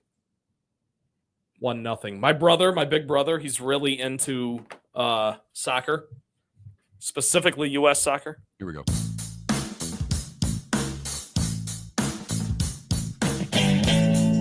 Welcome back to Miller and Moulton. Text the guys what's in your mind at 21,000. That's 21000. And now, here's David Moulton. Well, that's just a flat out lie. I mean, our voice guy just lied to you because it's not David Moulton. David Moulton has the day off today, a little family weekend vacation. He has sort of I don't know if you really call it a family reunion. His family's not big enough for a family reunion, but they have a family get together, I would call it, every summer. You do the family reunion, right? Is it on your mom's side or your dad's side that you do the big family reunion every summer? On my dad's side, we go to a random campground or random property in Michigan. We switch it up every year. Obviously, there's some overlap because, we're going on 20 plus years. But yes, Mark, we do. My dad's side gets together and we do a camping trip. We camp Friday night, canoe on Saturday, camp Saturday night, and then leave Sunday. And it's always my favorite weekend of the year, and it's always the last weekend in July. Where are you going this year? Where is the destination? This year, we're going to Everett, Michigan, which I joke as the propane capital of the world because everywhere you go, there's a bunch of propane tanks. But we're going to Everett, Michigan this year. I'm born and raised in Michigan. I've never even heard of Everett, Michigan. I couldn't even tell you where it is. Everett, E-V-A-R-T. It's somewhere, quote unquote, up north. But Mark, being it's in from the Midwest, Osceola Township in Osceola County. And you know what that gives me? Squadoosh. I still don't know where the hell this place is. Yeah, well, here's the thing, Mark. You're from Saginaw. I'm from Grand Rapids. We try to make it enough of a getaway that it's not close to one of those two places. So it's always up north, quote unquote. Being from the Midwest, you know what that means. Could mean. By the way, for those that don't know, it is not a Midwest thing. Up north is purely a Michigan thing. What he means, and we all know, and not to do a Michigan thing here, but we got two guys talking on the show who both are from Michigan. One lives there. I spent the first 21 years of my life there. Michigan, we all know, is the mitten state. If you were basically to take that mitten and take your other hand and go halfway up and cross over, anything above that hand is considered up north. Up north, yep. Once you get past US 10, you are considered up north. There is no rhyme or reason to it, but everybody in the state, what are you doing this week? I'm going up north. And they just accept that. This is how dumb some of the people are in that state, myself included. Because if you say I'm going up north, no one says, where are you going? I'm going up north. It could, I mean, literally, you could be 300 miles away from someone else who's also up north. But Yeah, that's what they say. And they still say pop. So, between pop and up north, they're a confused bunch. I am curious, and we'll talk to Bill Bender about this. And I don't know if you guys brought it up yesterday on your show, but we've spent a lot of time talking about the NIL, the new NCAA settlement, and the amount of money that now schools can directly pay individuals. But yesterday, there was a bill proposed in Michigan that basically said not to comply with the NIL clearinghouse. Right. Is this a Michigan alum, a Spartan alum, or just a random moron sports fan who's in the state government that proposed this bill? Yeah, so to be completely honest, I don't know the ins and outs of who this is or what their angle is here, but I think it's problematic. I don't know if I agree with it or don't. Did you guys spend time talking about this yesterday, Mark? A little bit, just a little bit, because we found it so amusing, the word in there that they ban players from reporting their NIL money. I mean, and prohibit them from using the clearinghouse. And we'll get into it with Bill Bender, but basically we've talked about this house settlement. This is not the end of it because the lawsuits are just starting. Yeah. And Title IX will rear its ugly head when it comes to this, because I don't know how they're going to avoid that. It's only going to get worse. Already sued. It's only going to get worse, Mark. That's my point. And I know you guys are in the height of baseball, and being in Michigan, and when the Tigers are good, that's the only story. And I know you don't do a lot of college football, but I'm curious because I know you're a college football fan. And Brett Bielema came out and said every conference should play 9 games. The SEC's not going to 9 games. Is the Big Ten starting to puff its chest out a little bit? And back-to-back natties, and they play 9 games. Are they trying to play the superior conference game? Because when I first moved south in 1992, I moved to Atlanta. And for about a year or two, I fought the fight with SEC fan that the Big Ten was the better conference. Then I started going to SEC games and I started following the SEC. And I realized that the Big Ten paled in comparison on a lot of different fronts to SEC football. Right. And when I would go home in the summertime and visit with friends, the Big Ten's better. Michigan, Ohio State. Well, the Big Ten's had a nice 2-year run here with national championships, obviously. But I'm curious, is Big Ten fan up north starting to puff his chest out about their conference right now? Puffing the chest, of course, because any fan, the SEC would be doing the same thing. You can always puff your chest because you got the ball in your court right now. You have won. Like you said, Mark, you've won 2 years in a row. But is it worth anything? Is it warranted? Probably not, based on, the current college sports landscape, not just football, because we see how good the SEC is in hoops as well. But it is an interesting question you bring up. I think Big Ten fan is as confident as it's ever been. I don't know if Big Ten fan is warranted to do so. By the way, for those wondering, Everett Michigan, population 1,742.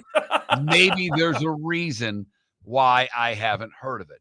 We do like to recap things from yesterday's show from time to time, particularly when it comes to the poll questions. And we had 2 poll questions yesterday, and they all were about Shedeur Sanders getting the ticket for driving 101. And now it turns out he got another speeding ticket. I mean, there's no way this guy can be an NFL quarterback. He's had 2 speeding tickets in a month. Stop the presses. I did set a personal record of 3 speeding tickets in, I think, 6 weeks. Haven't had one since. Can I be honest? I've never had a speeding ticket. I've been pulled over for other things, stupid things, like having a taillight out or having my license plate stickers not updated. I've never been pulled over for speeding. Do you speed?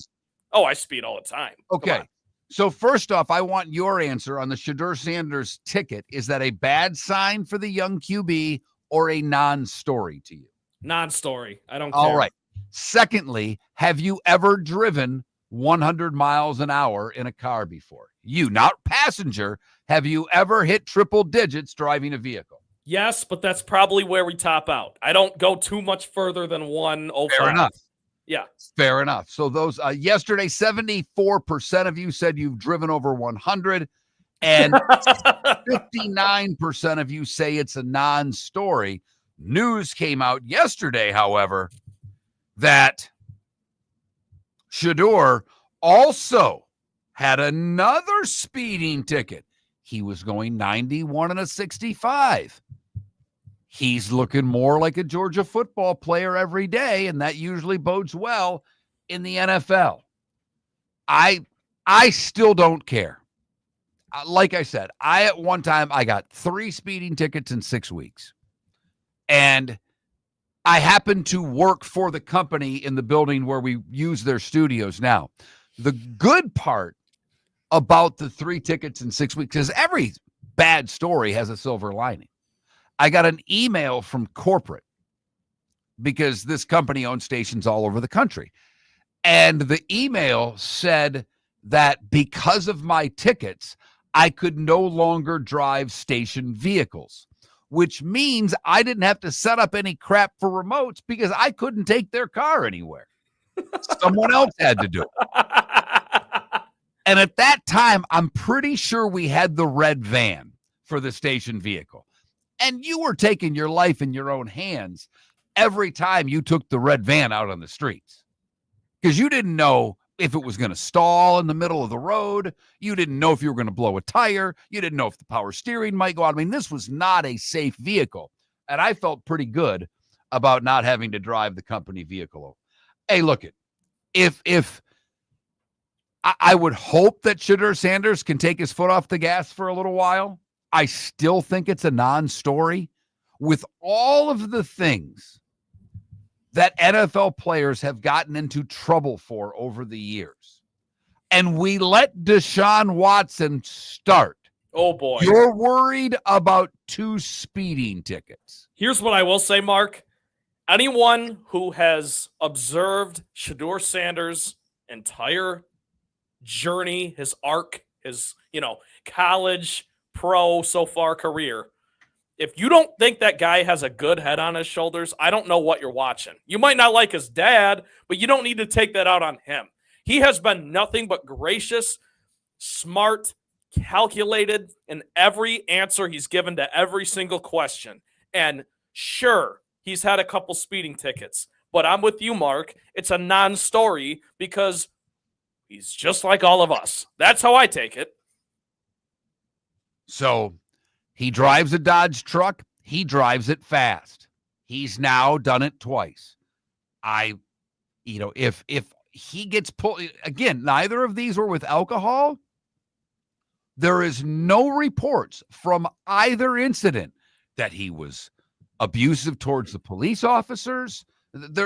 He was speeding. A lot of people speed. Another important distinction, Mark. There's no reports that alcohol were involved. Like people are saying Henry Ruggs in the chat room. Henry Ruggs was under the influence and going 150. Okay? There's a big difference there. Thank you. To make that comparison, I think is incredibly weak, and you're just trying to take a shot at a guy because either you don't like him or you don't like his dad.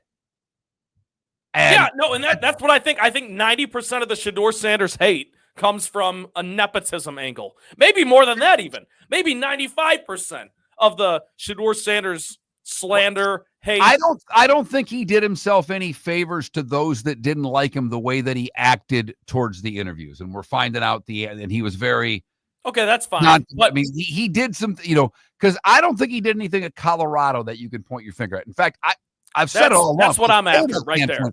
I think he throws a more catchable ball than Cam Ward did. I do. I like Cam Ward better because of his arm angles, and I think his escapability is better. But as far as a catchable ball, I thought Sanders threw the most catchable ball of the quarterbacks coming out of the draft. Look, he's not going to play this year. He's not going to be second string. Right now, he's not third string.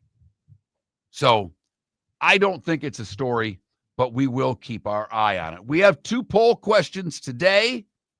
Which quarterback has the most pressure on him to win a Super Bowl in 2025? Lamar Jackson, Joe Burrow, Josh Allen. The Bills fans have awoken, and that Josh Allen, Lamar Jackson vote is in a dead heat right now. Burrow barely getting any votes at all. The other question is based off of ESPN's quarter-century All-NFL team, where they picked 3 quarterbacks, Manning, Mahomes, and Brady. And we ask if you had to start one quarterback for one game in 2025, which would you start? Brady getting 51% of the vote, Mahomes 43% of the vote, and Peyton Manning getting very few votes. Go to that Mark Miller, Miller_Moulton. We might even get Trent to retweet these during the break to add to the vote totals up in the great state of Michigan. Miller and Moulton, great 8 o'clock hour ahead. We will talk with Bill Bender about college football. That's coming up at the top of the hour. And Scott Bentley, host of the Locked On Tigers podcast, will join us to talk about the Tigers-Rays series that begins at Steinbrenner Field. Boy, I'll tell you, the Tigers had that was a little wild at the end of game 2 yesterday. The manager gets thrown out for a challenge call that was not overturned. That, wow, clearly was an out at home to me. I don't know how they didn't overturn the call. Totally thought so too, Mark. It was so clear to me, every angle, whatever, and it really changed the game. So A.J. Hinch had every reason to be livid. I mean, and we're talking about this is the best team in baseball right now, or the best team in the American League. And we'll talk about it in a little bit with Locked On Tigers. But, yeah, that changed the game to me. The story was in the bullpen. Dennis Santana, pitcher for the Pirates, swung at a fan in the stands, lunged at a fan in the bullpen. Apparently, the guy was giving him a lot of grief, and Sanchez lost his cool and jumped up and lunged at him. Security got the fan, but the kicker is Santana came in and pitched in the 9th. Yeah, I don't know how that was allowed to happen. I don't know why it was allowed to happen, but hey, when you have 162 games, you're bound to have one game with some bananas stuff like this. So here we go.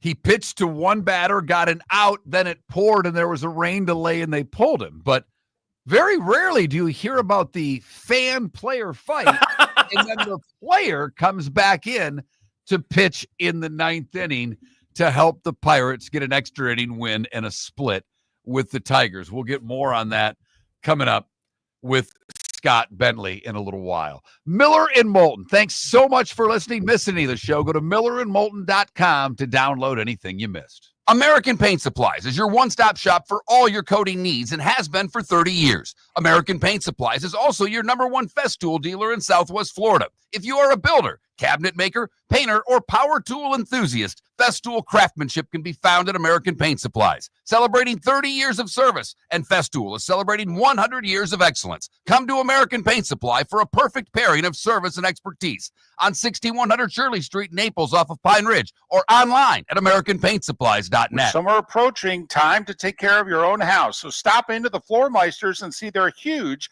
in-stock selection of carpet. The Floor Meisters has 100 rolls to choose from, starting at $2.99 a square foot for carpet, pad, and installation. Come in and ask for Dave and have him show you the Dream Weaver Select. Many styles and colors to choose from to fit everyone's taste. Floor Meisters, 6281 Naples Boulevard in Naples, right next to Costco, or go to the web, floormeisters.com. Mark Miller for Sleep Treatment Direct. They are helping me with sleep apnea. And by helping me, I mean curing me. No more CPAP machine, no more snoring, no more tossing, no more waking up exhausted. Their expert team got me the right treatment, fast and hassle-free. If you want to feel energized and get rid of your snoring, call Sleep Treatment Direct today. 444-1741. That's 239-444-1741. Sleep Treatment Direct. Sleep safe and sound. Wine glasses never fall over until you get a brand new rug.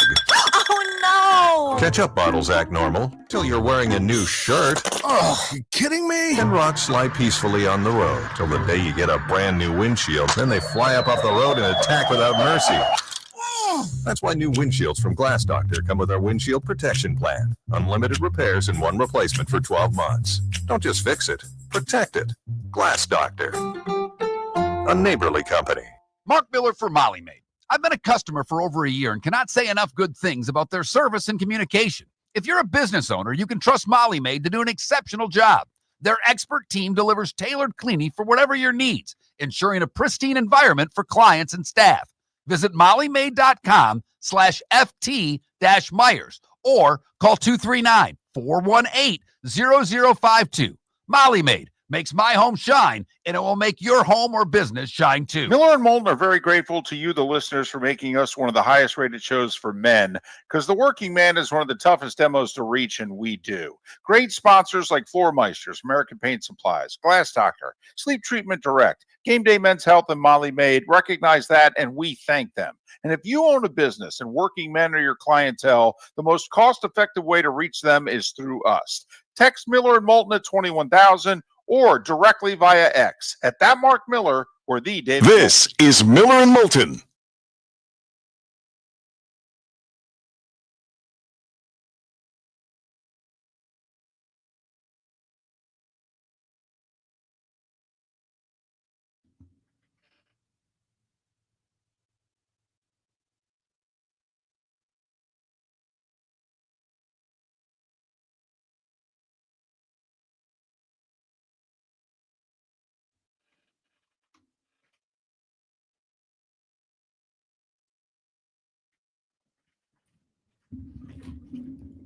Ambient. Look, What's that? buddy, I love you. Shadur Sanders is not going to be a backup quarterback at the start of the year for anybody. Yeah. You've got to stop it, man. You are just wrong on this one. Maybe by the end of this year, but more than likely, the earliest he would be a backup is next year. These NFL GMs, I mean, it's cliche, but it's true. They know a lot more than we do. And he went to the 5th round. I mean, no one thinks he can step in and be a backup right now. Nobody.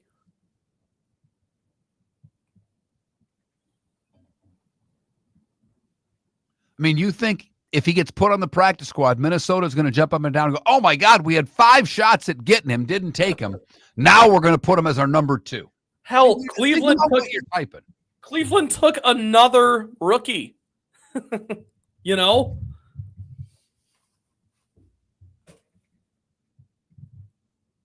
Like the Browns aren't even banking on him being the backup there.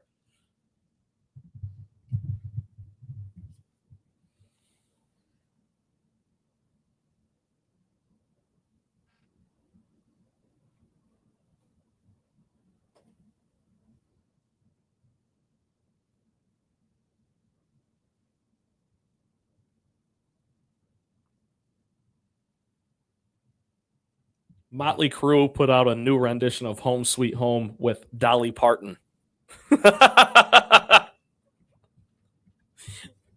sounds fun. You and your Motley Crue. I love Motley Crue. By the way, I've got to tell you, Trent, I was going to buy them for you.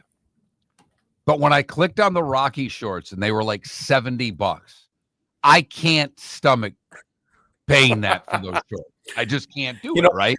So since I clicked on them, whenever I'm on Facebook, and that's where I clicked on it, I mean, they are all all over your feed. Oh, what's funny is I just bought some like a couple weeks ago. So I'm glad you didn't. I'm glad you didn't spend $70. But I finally broke down and did it because I want to have them for the 4th of July. You know what, Irish? I'm sorry. I should have consulted with you because you're far and away the smartest person that's ever been part of the show. I forgot about. Oh, Mark's the best.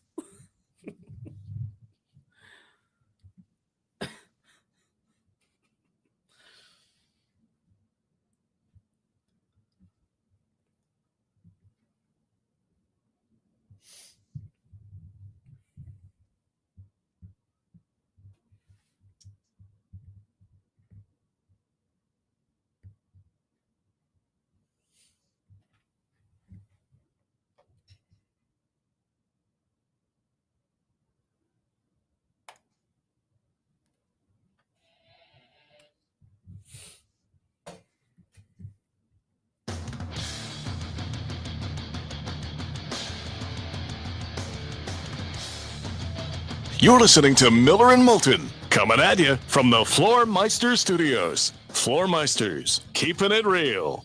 And now, here's Mark Miller and David Moulton. Hour number 3, Miller and Moulton on a Friday. David taking a rare day off for a little time spent with family this weekend. Hopefully he is having a terrific time away from the show for just one day. He will be back on Monday. And then we'll do a week of shows together, and then I'm taking a few days off. We'll have a best of on the 4th of July. We'll have a best of on Labor Day, but we don't miss shows. David may miss a couple, I may miss a couple, but we just keep right on a rocking and rolling all year long. So does Bill Bender. He is a Sporting News National College football writer. You can follow him on X at BillBender92, Bill Bender 92. Bill, good morning. Mark and Trent filling in for David. Good morning, Bill. How are you? Hey, I'm doing well. Thanks for having me on. Always our pleasure, Bill. Let's start with the state of Michigan and the bill that was proposed yesterday that basically told the Michigan schools that they can't even try to let the Deloitte Clearinghouse see their NIL deal. The bill is going to ban them. This, to me, is one of many. Tennessee already had one. But this just shows that this new agreement, this House settlement agreement, has a long way to go, in my opinion, before being the new rule in college football. Is that a fair statement? It definitely has some hitches that they're going to have to get through, that being one of them. Just the idea that we're tracking all of those transactions. How do you police that? You know, I used to joke that how could you police tampering in college football with cell phones? Like you can, you know, and just the widespread nature of that. So I do think we've got a ways to go. You know, there's some things about the House settlement that I like. I think it's a good thing. Oh, Title IX is another one. Right. That's going to happen. I mean, and I don't know how they couldn't anticipate that wasn't going to be one of the first counters to the House settlement when it was passed. Bill, I'm curious. I mean, is it 5-alarm fire here? What on a scale of 1 to 10? What's the intensity with how out of hand NIL is getting in general? This being the latest example. Well, I mean, I've talked to you guys. I don't know how many years we've talked on this show, but I think I remember when it first happened, saying, we heard the phrase Pandora's box a lot. We heard, we'll see how it goes, and I would say there's still some things that to be determined. I've maintained all along. I'm really happy that athletes are, being paid, and there is a lot of money made in college football, and the athletes definitely deserve a piece of that. Now, what should that piece be in terms of a couple things I can hit on? If you sign an NIL deal and you are supposed to go to an autograph signing, you should go to that autograph signing. Those kind of things. When you hear about student athletes blowing those off, that's not part of the deal. How long can it last this way? I think the Nico Iamaleava situation kind of was the tipping point in a lot of ways, because a lot of the football players are using NIL as a negotiating tool in the transfer portal, and I don't think that was the intent of it.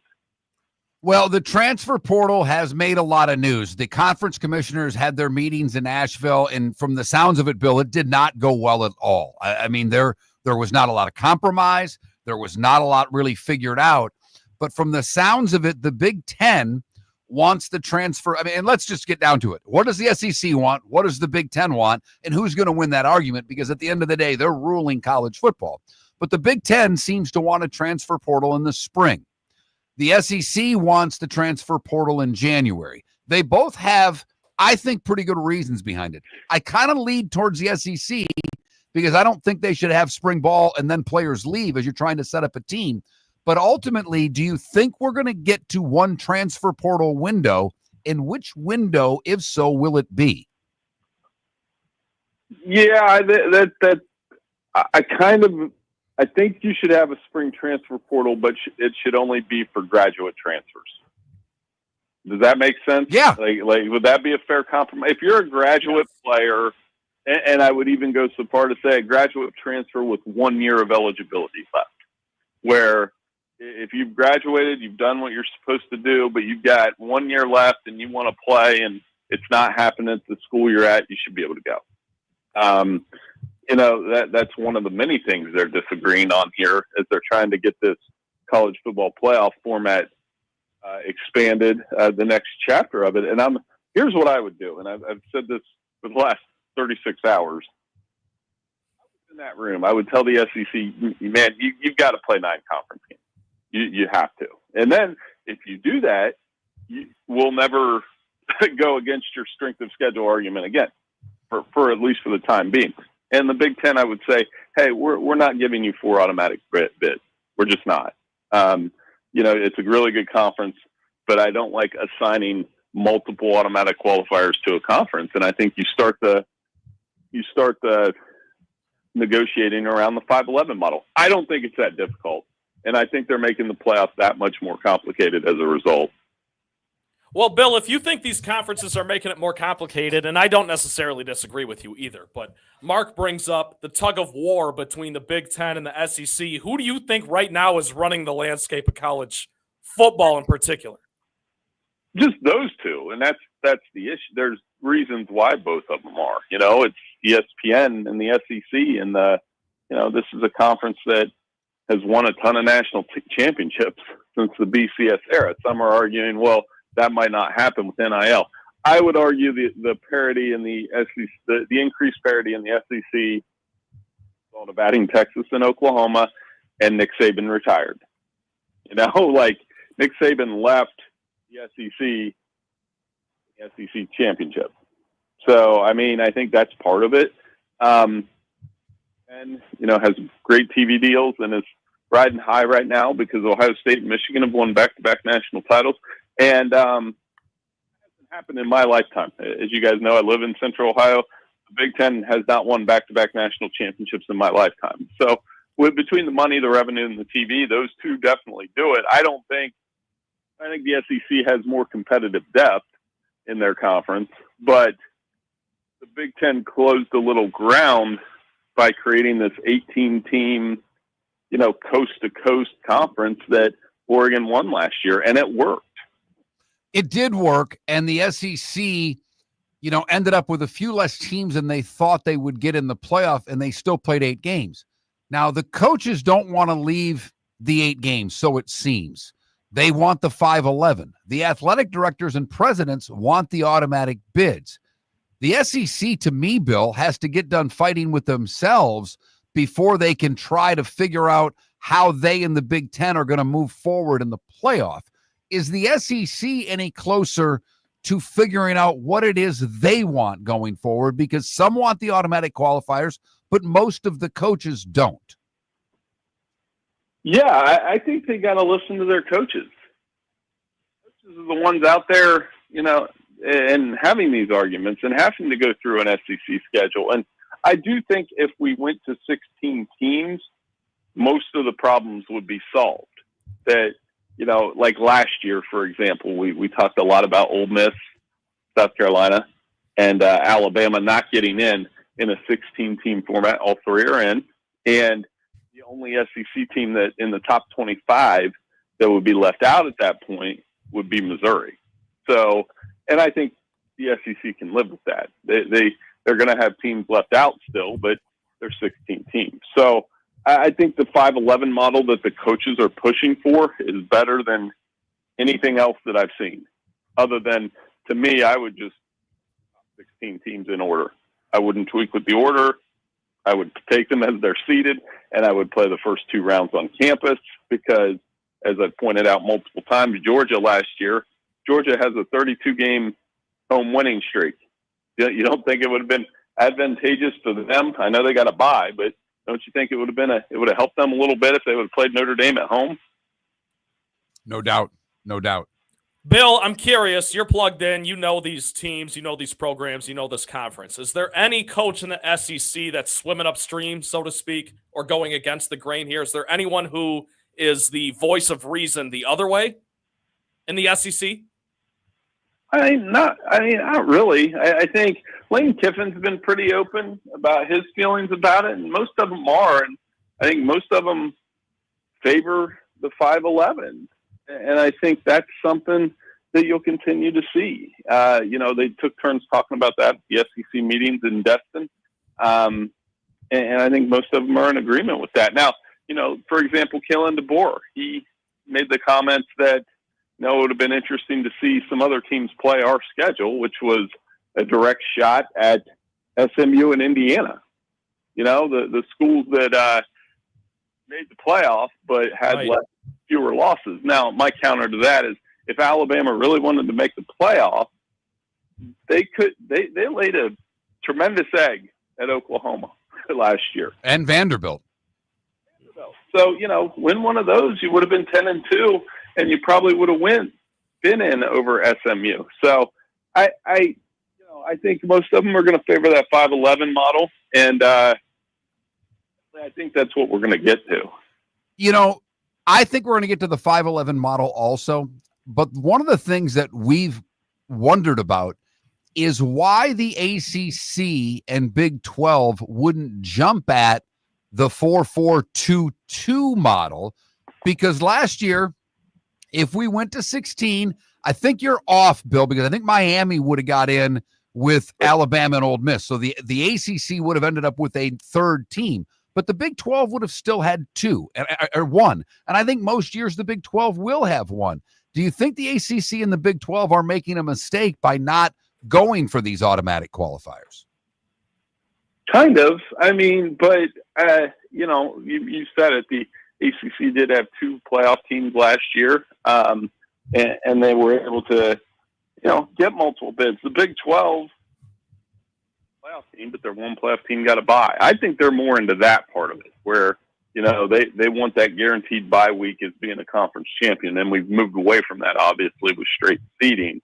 But yeah, the ACC has enough where on any given year, I think they're going to get 2 to 3 playoff teams.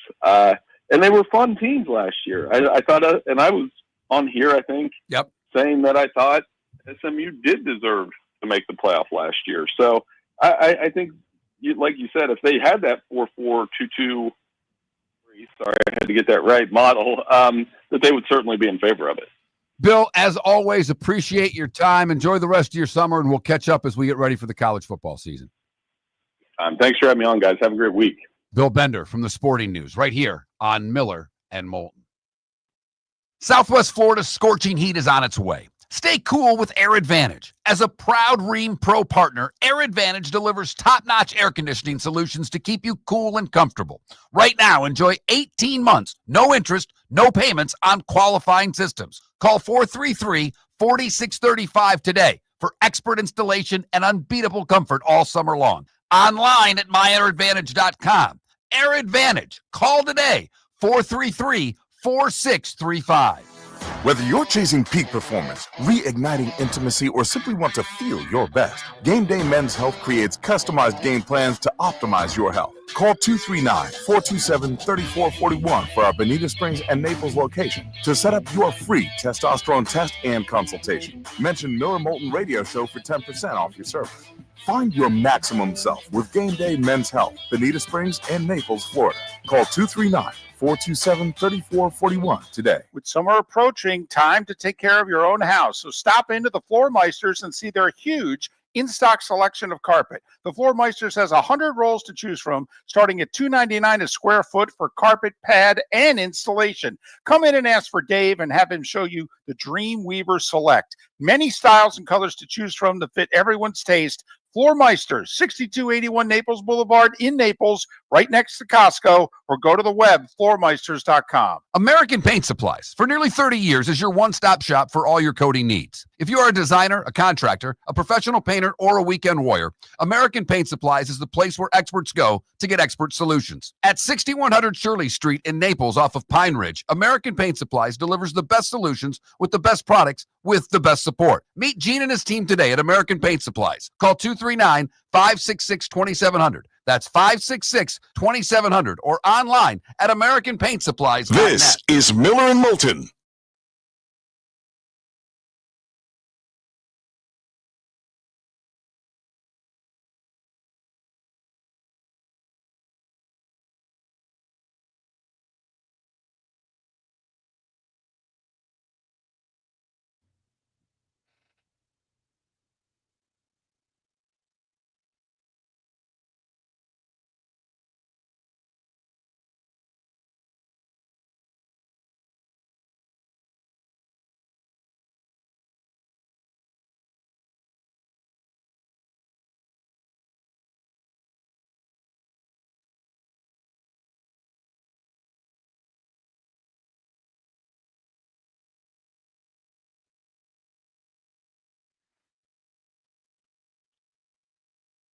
I think any of you playing Virtue Police on the other is quite hilarious to me.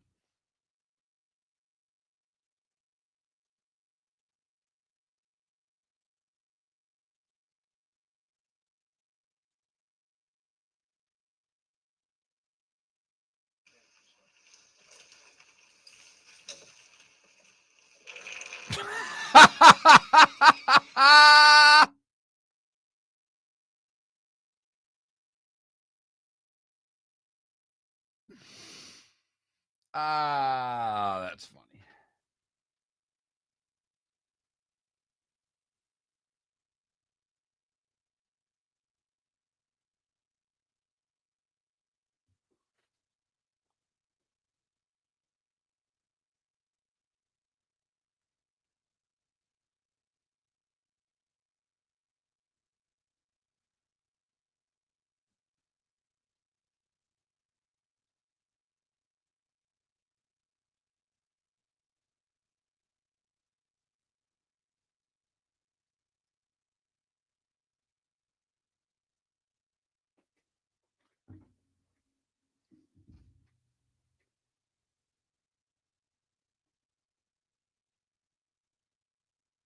Ambient, he doesn't need to get a chance. He has to earn the right to have a chance.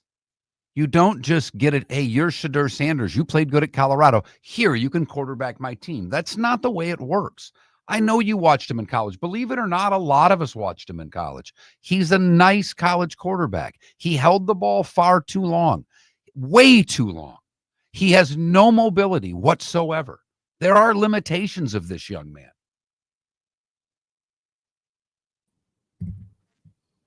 Are we still talking about Shedeur Sanders? Well, Ambient is, and you know, I mean, he would have got the Heisman. No, he wouldn't have got the Heisman. I mean, you love the guy. I get it. You love the Colorado. He wasn't the best player on his own team. Thank you. I mean, come on.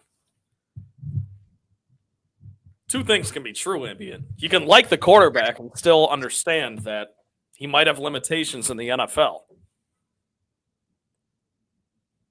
in that he wasn't necessarily the engine for a Colorado team that really wasn't even that good. If what's true, Irish, I mean, Irish, I know I am so effing dumb. Man, I know. I don't know why you even listen because I'm so effing stupid.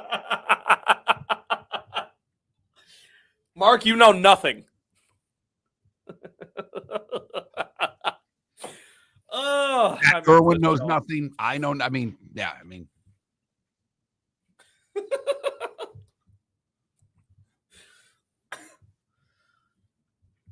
imagine Sanders in the SEC. Is that like a? You know, he would have got hit a lot because he doesn't get rid of the ball, and DNs who can actually rush might have killed the SOB. It is a fun hypothetical. Sanders can't move either, Irish. Why you keep acting like he's Jalen Hurts back there? He's not.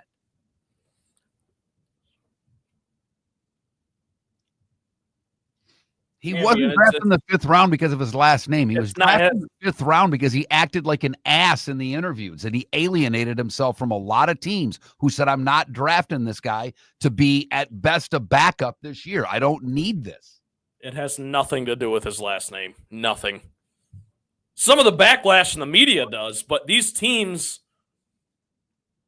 Hey, look, Dylan Gabriel got drafted. The pecking order is if you get drafted ahead of one, you're the 3rd string. He's the 4th string. Pickett started in the league. I don't think Pickett's a great quarterback, but he started in the league. He understands the NFL. It has to be learned.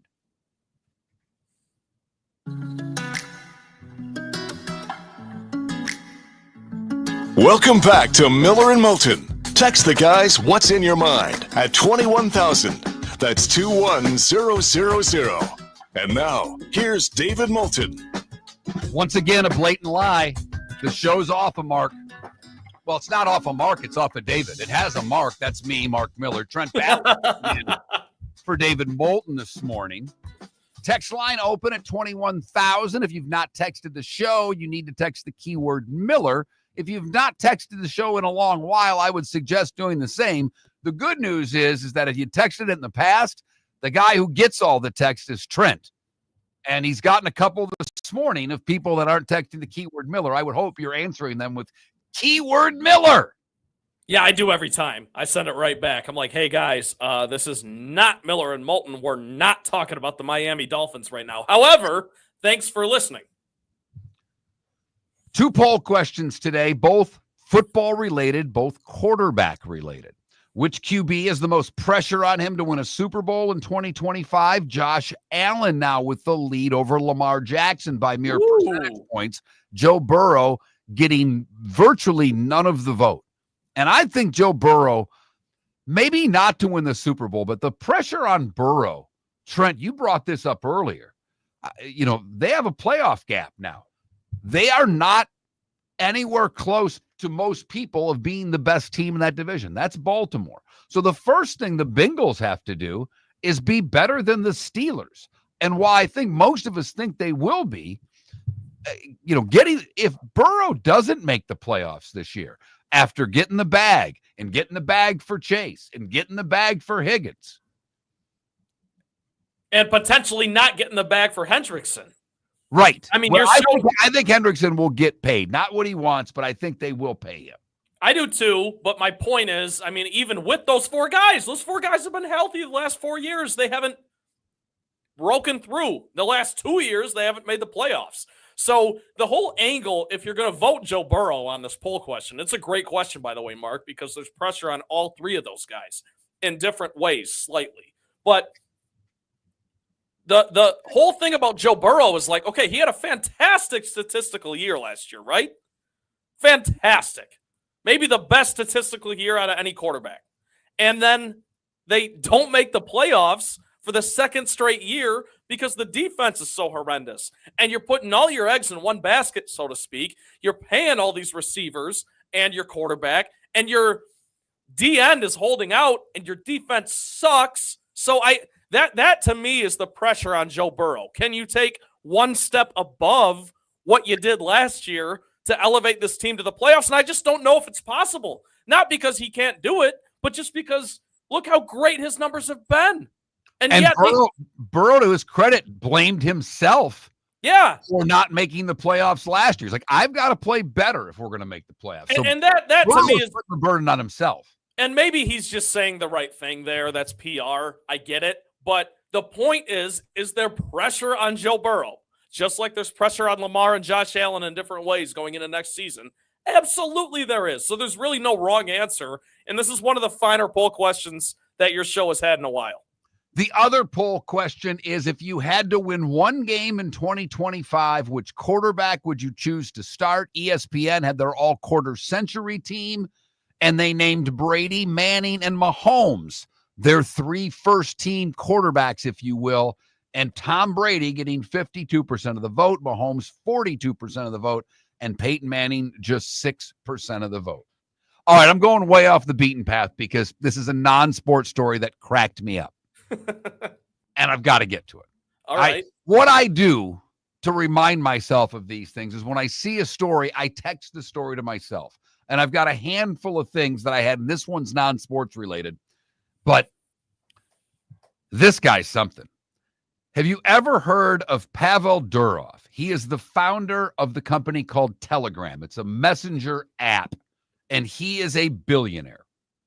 He has a $20 billion fortune. He is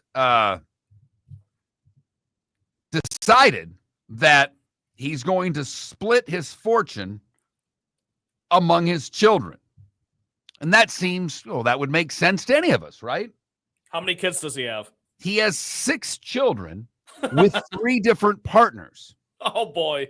But there's a kicker. He also has 100 children across 12 countries that he has fathered through sperm donations stretching back 15 years. Oh, God. And he says he is going to split his fortune equally between his 6 children that he has fathered, the natural way, and the 100 children that he has fathered through sperm bank donations. This guy's got to screw loose. He wants to specify that I make no difference between my children, those who were conceived naturally and those who come from my sperm donations. They are all my children, and they will all have the same rights. I don't want them to tear each other apart after my death. Now, he's only 40 years old, and he does not want his children to have access to his fortune for 30 years. He says, I want them to live like normal people, to build themselves up alone, to learn to trust themselves, to be able to create and not be dependent on a bank account. Imagine being one of the biological children who actually was raised by this man. And then he's like, yeah, this random kid in New Zealand, I'm going to give him the exact same slice of the pie that I'm giving you. Now, what in the face? By all accounts, this guy's there's some checkered things in his past, and it's a sports show. But could you imagine if you found out that, and I happen to know a family that's how their family started. She's a single woman. She's incredibly successful. She wanted to have children, never found the right man, went and got a... Yeah, this is not an indictment on that practice. No, it has chance. But it's an extreme example. Could you imagine if those kids 30 years from now find out that their dad's a billionaire and they're getting handed all this money because mom went to the bank to have a kid? There's 100 of you. That's the other thing. Right. It's not like it's 2 or 3 and it's like, okay, yeah, we can slice and dice here. We're fine. There's 100. 100. Like, what are we doing?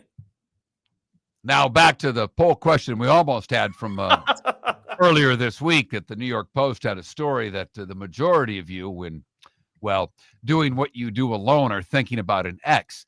I don't know what this guy was thinking about, but he was doing a lot of thinking. Must have been. Because he was doing a lot of donating. That's all I know. That's all I know. And the other fun story that's kind of sports, but not really. The Pope yesterday was making his way through the crowd at the Vatican. He was taking in basically the general audience in St. Peter's Square when a bunch of people there to see Pope Leo started chanting White Sox. If you don't know by now, the Pope is from Chicago, and he is a White Sox fan. He had a White Sox hat on earlier this week with the whole Pope garb on, and he went with the White Sox hat. And while he was going by in the Pope mobile, the fans or the spectators started chanting White Sox, and the Pope joined in. I love an American Pope chanting White Sox. They still stink, and he's sticking with his team. They're one of the worst teams in baseball. Yes, and they are. that's what makes it so entertaining. Like, what if the Pope was a Dodgers fan? Then it might be a little different. Right. But That's the fact called that he's a sticking with your White team. Sox fan, yeah. And you throw in the extra little wrinkle that Chicago has two teams, and one of them is probably the best team in the NL or the second best team in the NL. Well, and far and away the most popular team of the two baseball teams. Of course. And that's what makes it just funnier. All of it, all around is hilarious. Apparently, mom was a Cubs fan, dad was a Cardinals fan, Pope Leo, a White Sox fan, and they were chanting at the Vatican White Sox yesterday. So good for them. Couple of things I had to get to today here on Miller and Moulton. Scott Bentley. He hosts the Locked on Tigers podcast. The Tigers are in Tampa for 3 with the Rays. The Rays have closed the gap to 2.5 with the Yankees. The Tigers have a huge lead in the Central. Could this be a playoff matchup down the road? We'll ask Scott about that in the series. That's next on Miller and Moulton. With summer approaching, time to take care of your own house. So stop into the Floormeisters and see their huge in-stock selection of carpet. The Floormeisters has 100 rolls to choose from, starting at $2.99 a square foot for carpet, pad, and installation. Come in and ask for Dave and have him show you the Dream Weaver Select. Many styles and colors to choose from to fit everyone's taste. Floormeisters, 6281 Naples Boulevard in Naples, right next to Costco, or go to the web, floormeisters.com. For over 50 years, the Nolan family has been dedicated to protecting local families. Nolan Family Insurance is a second-generation independent agency that specializes in home, flood, auto, and boat insurance. They take the time needed to explain your coverage options and answer your questions so you can make an informed decision that's right for you. If you're looking for an agency that treats you like family, call 941-639-1122 or go to NolanAgency.com. That's 941-639-1122 or NolanAgency.com. Wine glasses never fall over until you get a brand new rug. Oh, no! Ketchup bottles act normal till you're wearing a new shirt. Oh, you kidding me? And rocks slide peacefully on the road till the day you get a brand new windshield. Then they fly up off the road and attack without mercy. That's why new windshields from Glass Doctor come with our windshield protection plan. Unlimited repairs and 1 replacement for 12 months. Don't just fix it, protect it. Glass Doctor. A neighborly company. American Paint Supplies, for nearly 30 years, is your one-stop shop for all your coating needs. If you are a designer, a contractor, a professional painter, or a weekend warrior, American Paint Supplies is the place where experts go to get expert solutions. At 6100 Shirley Street in Naples off of Pine Ridge, American Paint Supplies delivers the best solutions with the best products with the best support. Meet Gene and his team today at American Paint Supplies. Call 239-566-2700. That's 566-2700 or online at AmericanPaintSupplies.net. This is Miller and Moulton.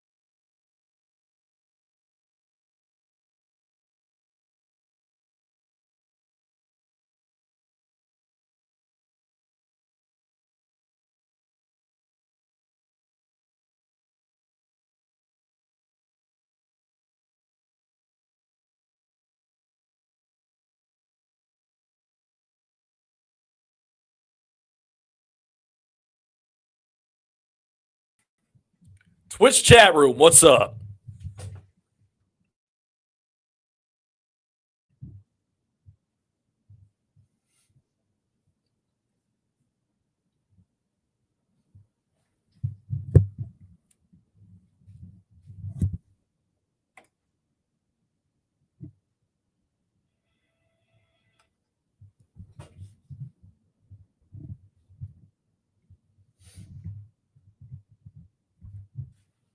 I say it every time I fill in, but I do miss you guys.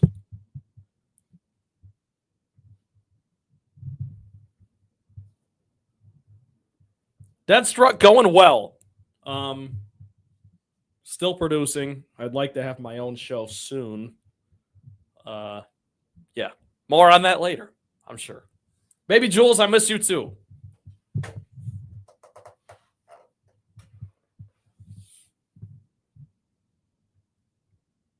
No, the Panthers are not a dirty team. They're a hockey team that plays hard. By the way, because of the Miller and Moulton connection, I was rooting like hell for the Panthers in that series. Yeah, EB, I still work there 2-3 nights a week. Not much, but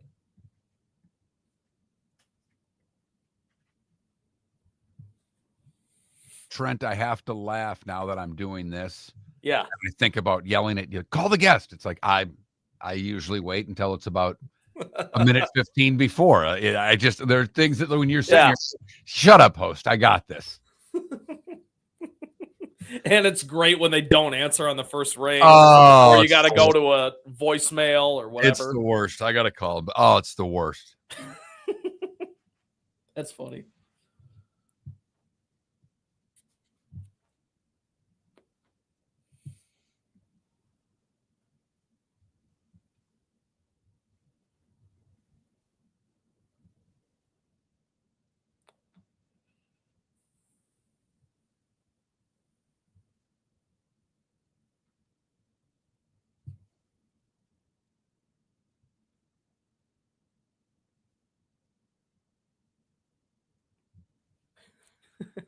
20 seconds.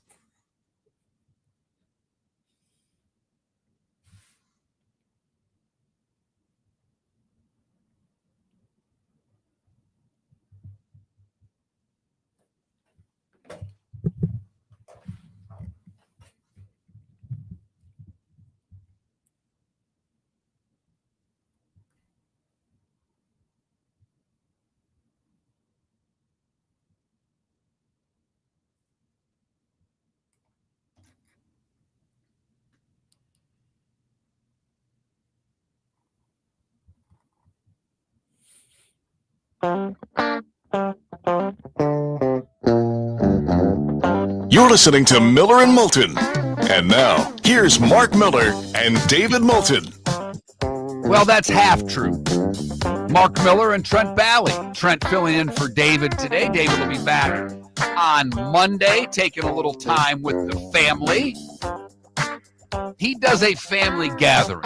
Trent does the family reunion because he has the big family. I don't do either. I just go with my close family when I go on vacation, which will be a week from now. But enough of that. Let's talk some baseball. Scott Bentley hosts the Locked On Tigers podcast. You can follow him on X at Bentley Scotty, BentleyScotty. Scott, good morning. Mark and Trent, how are you this morning?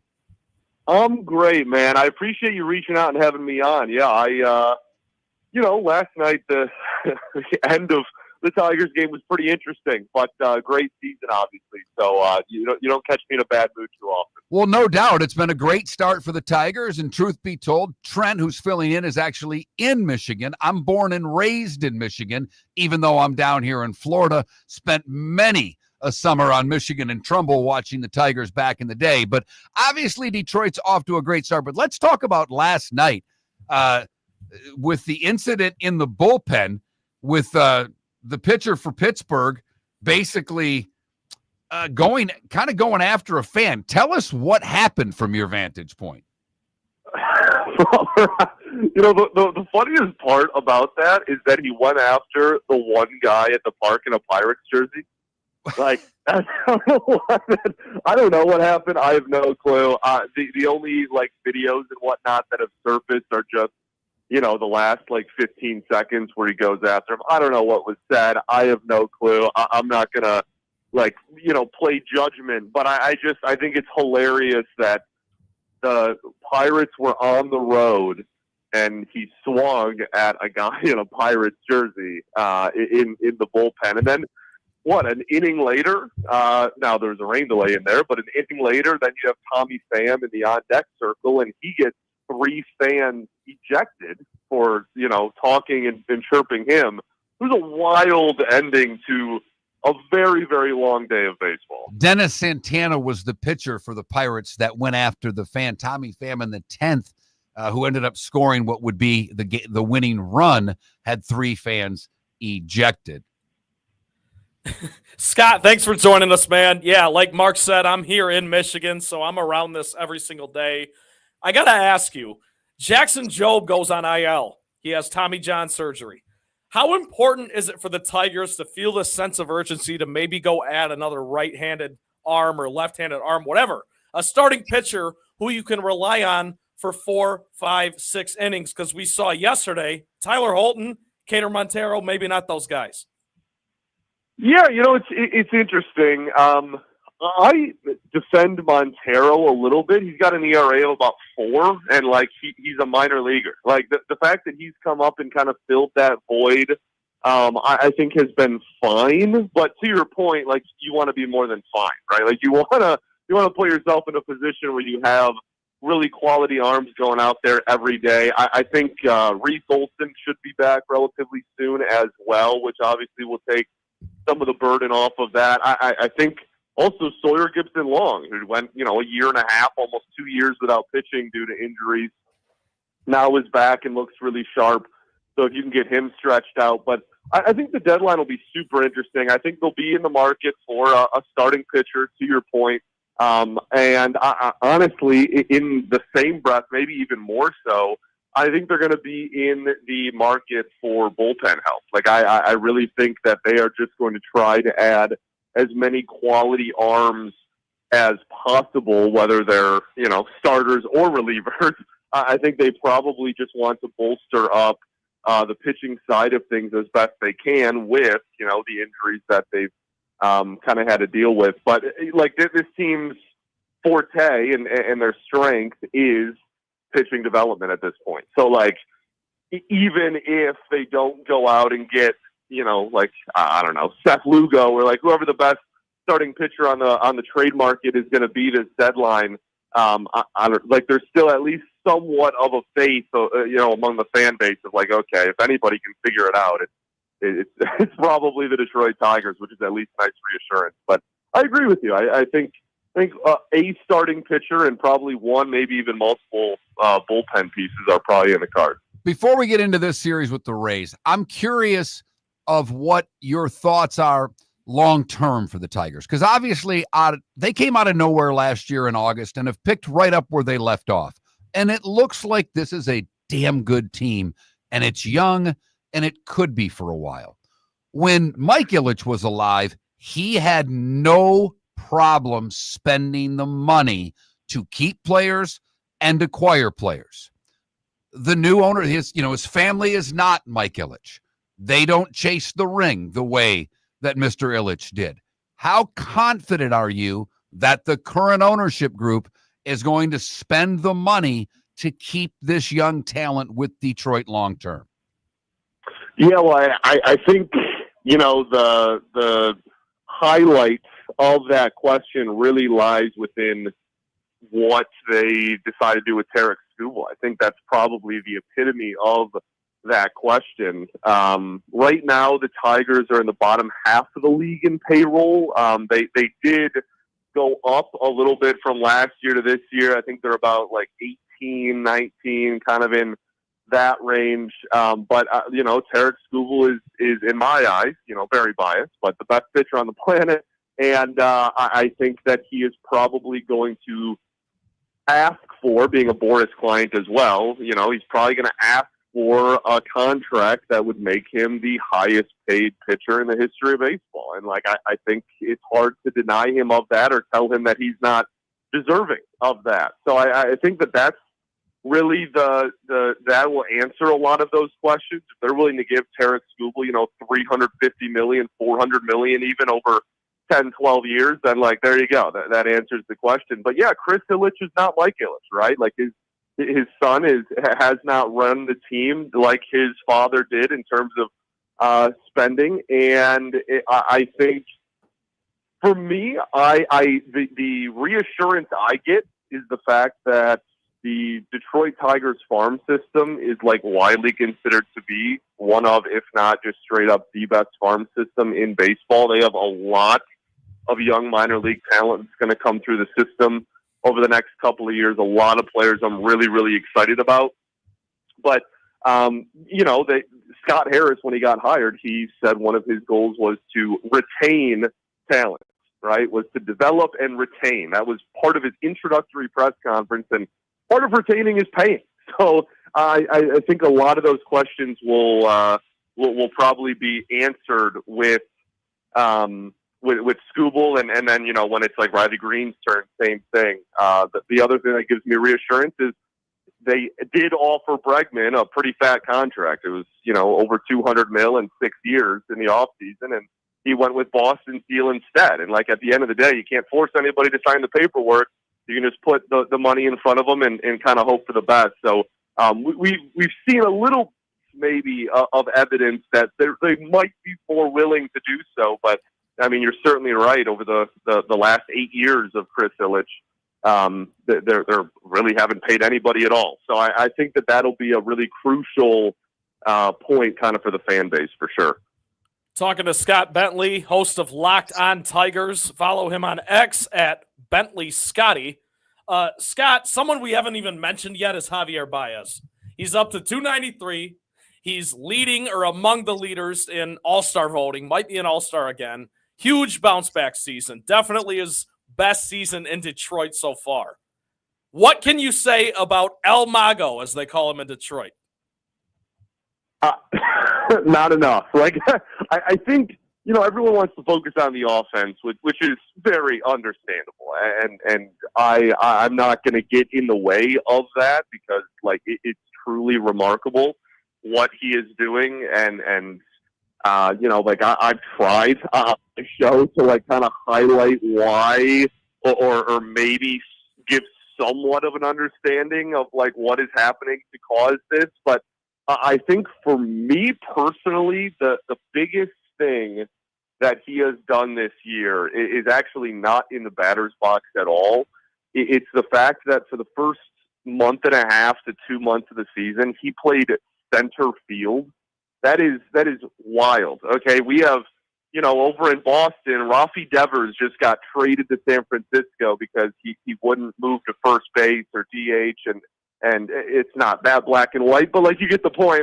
There was tension between him and the front office for not being, maybe willing to play the position they asked him to.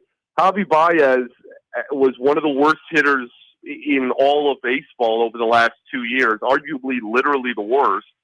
And the Tigers had their top 3 center field options all go down in spring training, and they looked around and went, well, what are we going to do exactly?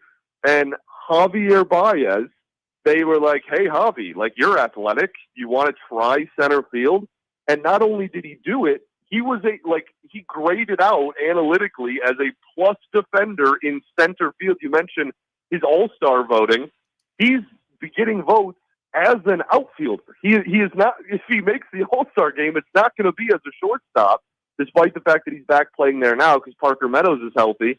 But he's gonna, if he makes it, he's gonna get in as a center fielder. That is preposterous. He's played third base this year. He's played second base this year.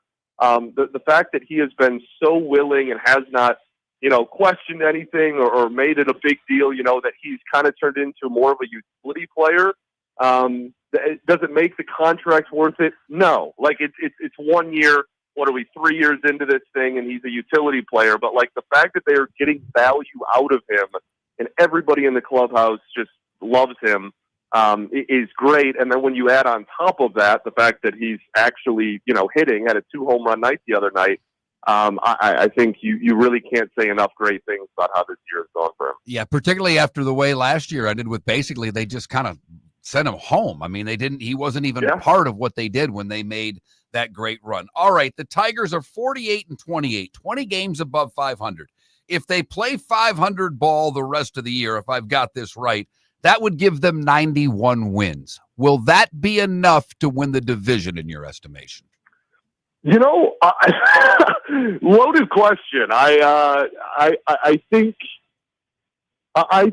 I would say yes as it stands right now. I mean, right now, I think Cleveland is still in second. At least I think the last time I checked was probably a day or two ago. Yep, So I don't 9.5 back. Night. Yeah, so I think, the rest of the division is around, or, you have the White Sox who are just like, whatever. But the Royals, Twins, and Guardians are kind of all right around 500 within a game or a couple of games. So I think there's a real possibility where if they go, if they break the 90 win mark, that might be enough to win the division. They're certainly in the driver's seat. I mean, as you mentioned, they're almost 10 games up on second place. And like Cleveland, I'm not sure has the offensive firepower. The Royals have been on a huge losing skid, and if they end up selling at the deadline, they'll wave the white flag. And then Minnesota, I'm done even trying to predict what the heck they're doing over there. That team is hilarious for all the wrong reasons. They win 10 in a row, they lose 20 in a row. I have no clue what to even expect from them. But I think if they pick 90, that probably is enough to win the division. And with the way the playoffs are formatted, it's certainly enough to get into the postseason. No doubt there. Scott, thanks so much for your time. Really appreciate it. Enjoy the weekend series against the Rays, and hopefully we can do this again closer to the playoffs. Absolutely, man. I appreciate you reaching out. Shout out to the state of Florida and all, Lakeland and all the Tigers ties that are down there. I appreciate y'all. Scott Bentley, host of the Locked On Tigers podcast. The Tigers in Tampa for 3 against the Rays. They split with Pittsburgh yesterday. Skubal gets the win in the first game, and Skeens gets the no decision in the second game because that's what the Pirates do to that young man. He just, and he gave up 2 earned runs. It was funny, apparently it was a lot closer to having Skubal and Skeens pitch against one another than I would have ever thought, because Skubal wanted the first game, and he said he wanted the first game because weather and start times, even though he played the first inning in the rain and was kind of pissed off about the game starting when it did because it was apparently pouring for the first inning. But Skubal gave the rookie gave the decision to the other Pittsburgh pitcher of what game he wanted to pitch, and the other Pittsburgh pitcher wanted to pitch the early game, and Skeens said, okay, I'll pitch the late game. So it was David was a lot more right than I need to give him credit, because he's like, if Skeens wants to pitch the first game, he should go ask the manager. He didn't ask the manager, but the 2 pitchers discussed what game they wanted to pitch, and the pitcher with more experience got to choose first. And he said, I'll pitch the first game. So we didn't get the matchup between Skeens and Skubal. They play next week, I believe, in Pittsburgh. And now that the pitching matchups are a little more lined up, maybe that will happen next week. Baseball fans would love to see it. It's the bonus hour, and it's next on Miller and Moulton. Mark Miller for Sleep Treatment Direct. They are helping me with sleep apnea. And by helping me, I mean curing me. No more CPAP machine. No more snoring. No more tossing. No more waking up exhausted. Their expert team got me the right treatment, fast and hassle-free. If you want to feel energized and get rid of your snoring, call Sleep Treatment Direct today. 444-1741. That's 239-444-1741. Sleep Treatment Direct. Sleep safe and sound. Defining a new era in men's health. Get stronger and healthier at Game Day Men's Health. With our in-house laboratory, get in, get treated, and get back to your passion and purpose. Call 239-427-3441 for our Bonita Springs or Naples location to set up your free testosterone test and consultation. Mention Miller Moulton Radio Show for a 10% discount on your service. Start living your best with Game Day Men's Health, Bonita Springs, and Naples. Call 239-427-3441 today. American Paint Supplies, for nearly 30 years, is your one-stop shop for all your coating needs. If you are a designer, a contractor, a professional painter, or a weekend warrior, American Paint Supplies is the place where experts go to get expert solutions. At 6100 Shirley Street in Naples off of Pine Ridge, American Paint Supplies delivers the best solutions with the best products with the best support. Meet Gene and his team today at American Paint Supplies. Call 239-566-2700. That's 566-2700 or online at AmericanPaintSupplies.net. With summer approaching, time to take care of your own house. So stop into the Floor Meisters and see their huge in-stock selection of carpet. The Floor Meisters has 100 rolls to choose from, starting at $2.99 a square foot for carpet, pad, and installation. Come in and ask for Dave and have him show you the Dream Weaver Select. Many styles and colors to choose from to fit everyone's taste. Floor Meisters, 6281 Naples Boulevard in Naples, right next to Costco, or go to the web, floormeisters.com. Mark Miller for Molly Maid. I've been a customer for over a year and cannot say enough good things about their service and communication. If you're a business owner, you can trust Molly Maid to do an exceptional job. Their expert team delivers tailored cleaning for whatever your needs, ensuring a pristine environment for clients and staff. Visit mollymaid.com/FT-Myers or call 239-418-0052. Molly Maid makes my home shine, and it will make your home or business shine too. Honey, you want to come out? I haven't seen you since Glass Doctor installed our custom shower enclosure. No thanks. Well, you can't keep eating breakfast in the shower, and laminating your magazines is getting expensive. You remember we have guests coming over tonight, right? Oh, I'm sure they'd love to see the shower. It's our neighbors, and I highly doubt they want to be hanging out in our bathroom. The shower's so good, you'll never want to leave. Visit glassdoctor.com today and schedule an appointment online. This is Miller and Moulton.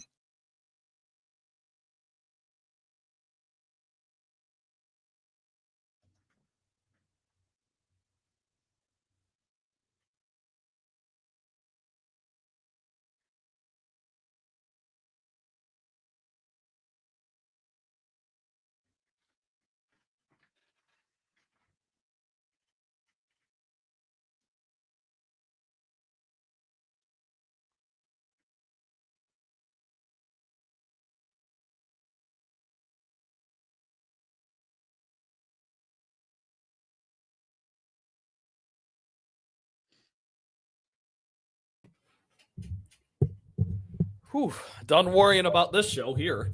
Good. Just making sure everything's running on time.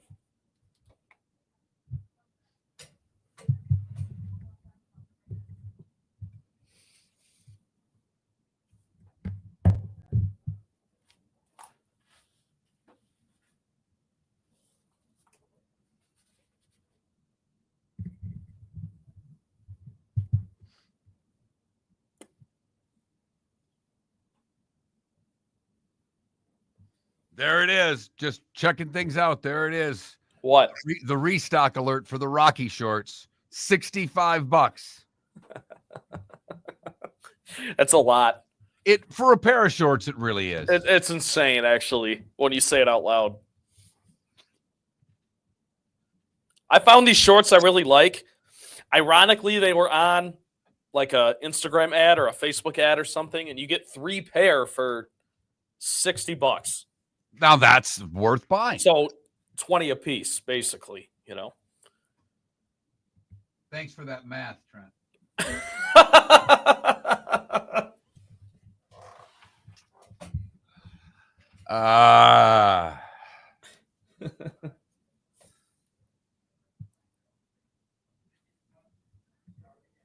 You have to go to one of those Tigers Rays games. You know that, right? Well, it's just the heat. Yeah. And I can't tonight because I have obligations. And one of the listeners had somebody bail on him and was going to give me a ticket, which would have been great, but I can't tonight. Both Saturday and Sunday are like noon games. Yeah. And it's going to be blazing. But it's just, Mark, I know. but it's on a Saturday. You got to go. I'm thinking about going Sunday. I've got to text in because my mom's visiting friends for a couple of days. I want to take my mom. And now my wife and daughter said they will go too. So the 4 of us may go up. But Gotcha. I went to a lot of Tiger games with my mom and dad as a kid. and I've been to some with my dad when he was still alive. We went back up to Michigan. I think I talked, we went to a Tigers game one day, a State game Saturday, and then a Tigers game Saturday night. And it would be fun to do that with my mom. Yeah, it's not like you need the experience. I'm just saying. I mean, it sets up perfectly for you. And the biggest thing with the Friday, even if I could pull off the Friday, I'm old. I was up at 4:00 this morning. The thought of driving back at 10:00 tonight, I would be scared. I would be scared of being able to stay awake, to be brutally honest. That Mark, week 1 of the Lions season, when they played the Rams this last, past season on Sunday Night Football, and I had to drive back and make it to the studio I'm sitting in right now. Oh my God. I should not have done it, and I'll never do it again because it was bad. I mean, I kept having to pull over, sleep for half an hour. And you're young and strong. I mean, you are, you know what I mean? You're younger. You can stay up longer and go harder than someone that's older. You're right. It was scary. It was scary. I was like, this is not good. All right, here we go.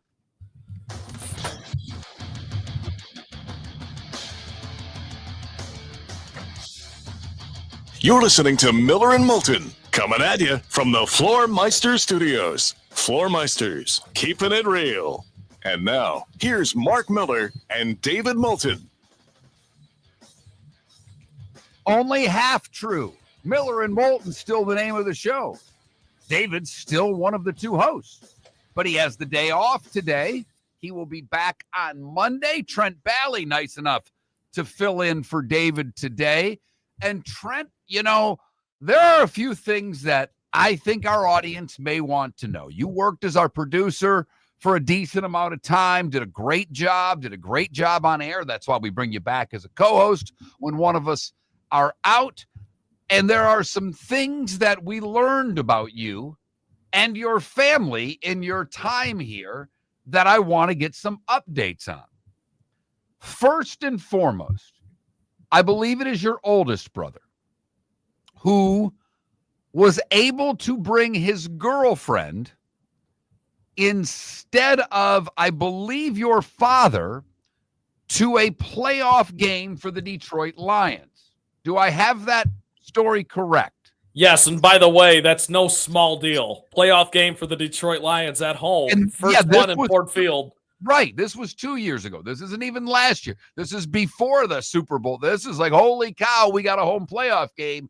And the girlfriend goes before the dad. So everybody knows I've known Trent's father. I think his father, Don, and I go back to when we were 17, I believe. We graduated high school the same year. And I think your dad's first memory of me is that we both played high school tennis. I did it as kind of a lark because our high school basketball coach, who was a young guy, great guy, Jim Caridio, the team had won the state title, and they asked Jim to be the tennis coach. So a bunch of us that knew Jim pretty well said, oh, we'll play. It'll be fun. And Trent's dad, Don, went to a different high school. He went to Hemlock High School. I went to Nouvelle Catholic. And we played. Go Huskies. We played a match against them. And his dad was a better player. I didn't play against him, but we played doubles. And we made a huge comeback in the match. And your dad remembers watching me and my partner play tennis as if we were playing some sort of combination of hockey and football. And he laughed hysterically as we came back against two of his teammates. So I literally go back with Trent's father from high school, which is 1987. So that's how his dad called me a while back and said, hey, my son wants to get into this business. Short story long, when we had an opportunity for a producer, I called Trent and offered him a job, and he accepted, and unfortunately was not able to stay for a lot of different reasons, and is back in Michigan working in the radio business. But your dad, a lifelong Lions fan, missed a playoff game for your brother's girlfriend. Is your brother still with the same girl? I will get to that in a second. First of all, forever grateful for the opportunity that you and David gave me, so thank you for that. Also, never heard that story about tennis, but that's fantastic. I love that. Thank you for enlightening me to that. I got some questions for my dad later. Third, Yes, Brock and Bailey are still together. I actually was just hanging out with them last night. Things are going well. And still boyfriend and girlfriend. No ring. No ring yet. Yet. That's the key word. All right. When you left us, Trent, to go back to Michigan, we had hoped that because you are a diehard Lions fan, and that is your favorite, are the Lions your favorite team, or is Michigan State Hoop your favorite team? No, it's not close. Lions are number 1. Michigan State Hoop is number 2, and that's also not close. But after that, it gets kind of dicey. You can. All right, fair enough. Fair enough. Yeah. So with the Lions being your favorite team, it was David and I's hope while Trent lived in Florida, because he hates the Packers. That's his least favorite team, that he would meet a lovely girl from Appleton, Wisconsin, and they would live happily ever after. It was close because he had one date with the girl from Wisconsin while he was down here, but she apparently got nervous and got hammered, and that was about the end of that. I am going to guess, Trent, that you are still very single. Yeah. That's it. I got nothing. Yeah. Nothing. I got nothing for that. Yes, the wonderful woman from Wisconsin, and I have not been in contact whatsoever. Probably a good thing. How is, because your older brother has a steady girlfriend. I don't know if your other brother, who's a musician in Nashville, he's probably dating 14 women. I mean, goodness gracious, he's a musician in Nashville, and he's pretty good. So I would hope he's single for his sake. Is mom starting to get worried about any of her children not being married yet? Mom is... Because dad doesn't care. I mean, dad would tell you to stay single forever. I know your dad really well. Your dad likes a beer maybe more than I do. You know what? Your dad likes a beer for sure more than I do, and I love beer. Your dad is a professional and has been for 35, 38 years. So I know he doesn't care. Is mom getting nervous? I feel the angst, even if she doesn't exactly voice it like explicitly to us. I can feel the angst, Mark, to answer your question. Yes. So you need to put, for your sake. I got to get it together. Yeah. Well, no. You've just got to get that older brother to get that girl the ring, because that gives you 2 years of reprieve while mom's thinking about their pending nuptials. I mean, it is critically important for you and your brother, in order to get mom off of your back, to take care of business and finally give that lovely woman a ring. Yeah, who's closest to the target? Answer is oldest brother. So get there. All right. So how worried are you? I'm curious, because we talk a lot of Dolphins on this show, and we talk a lot of Jags because the show's in Jacksonville as well, and we obviously talk a lot of Bucks. The Bucks, to me, I think are a legitimate threat in the NFC. I don't think anybody is talking about the Bucks being a potential NFC champion. I think the fact that the Lions lost 40% of their offensive line is a big flipping deal. The fact that they lost all of those coaches and the brain drain of the organization, not just the 2 coordinators. They lost, 8 coaches in total, 10 coaches in total that left between Glenn and Ben Johnson and going to New York or Chicago. So there has been a big brain drain. The roster's still very good, but the Vikings aren't going anywhere. The Packers aren't going anywhere. And we'll see if the Bears can get better. It should be a great division. I think the Bucks are a team that really needs to be discussed as a potential team from the NFC to go to the Super Bowl. I look at Carolina. They're going to be better with Bryce Young, but they're still a ways off. I don't know about Atlanta with Penix starting. New Orleans, I think, is on the clock. There are a lot of people talking the Rams up, and I think that's deservedly so. But when you look at the NFC, and you look at the Lions in particular, last year they were the one. I know they didn't end up getting to where they wanted to go. They got whooped by the Commanders. Do you see the Lions today as the same, better, or worse heading into 2025 as they were in 2024?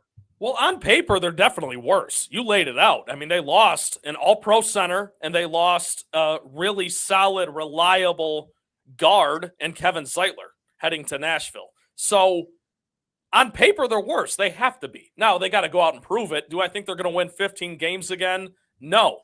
Do I think if they win 13 games, does that mean they're worse than last season? Also, no. So it's more like everything's in front of you. The Lions were in a weird spot last year because the Vikings were so good out of nowhere that they had to win 15 games to win that division. I don't think that's what it's going to take this year because I think the Vikings are going to take a step back. The Bears might also take a step forward. But to answer your question, the Buccaneers, I think you're exactly right. Situationally, might be positioned to do something special because in the NFC East, I would say on paper, the NFC East has probably taken over the NFC North from last year as the best division in the NFC. Really? Yes, because of what the Commanders have done. Yes. And I think the Commanders take a step back this year. I think that was a last place schedule. I think they had a lot of things. I mean, think about them on fourth down last year. I mean, they were incredible just on fourth down. And maybe with Jane Daniels, they can do that all over again. Who's going to stop the kid is remains to be seen. Right. But I still think the North is the class of the conference. But, I think the Eagles are the class of the East. Yeah.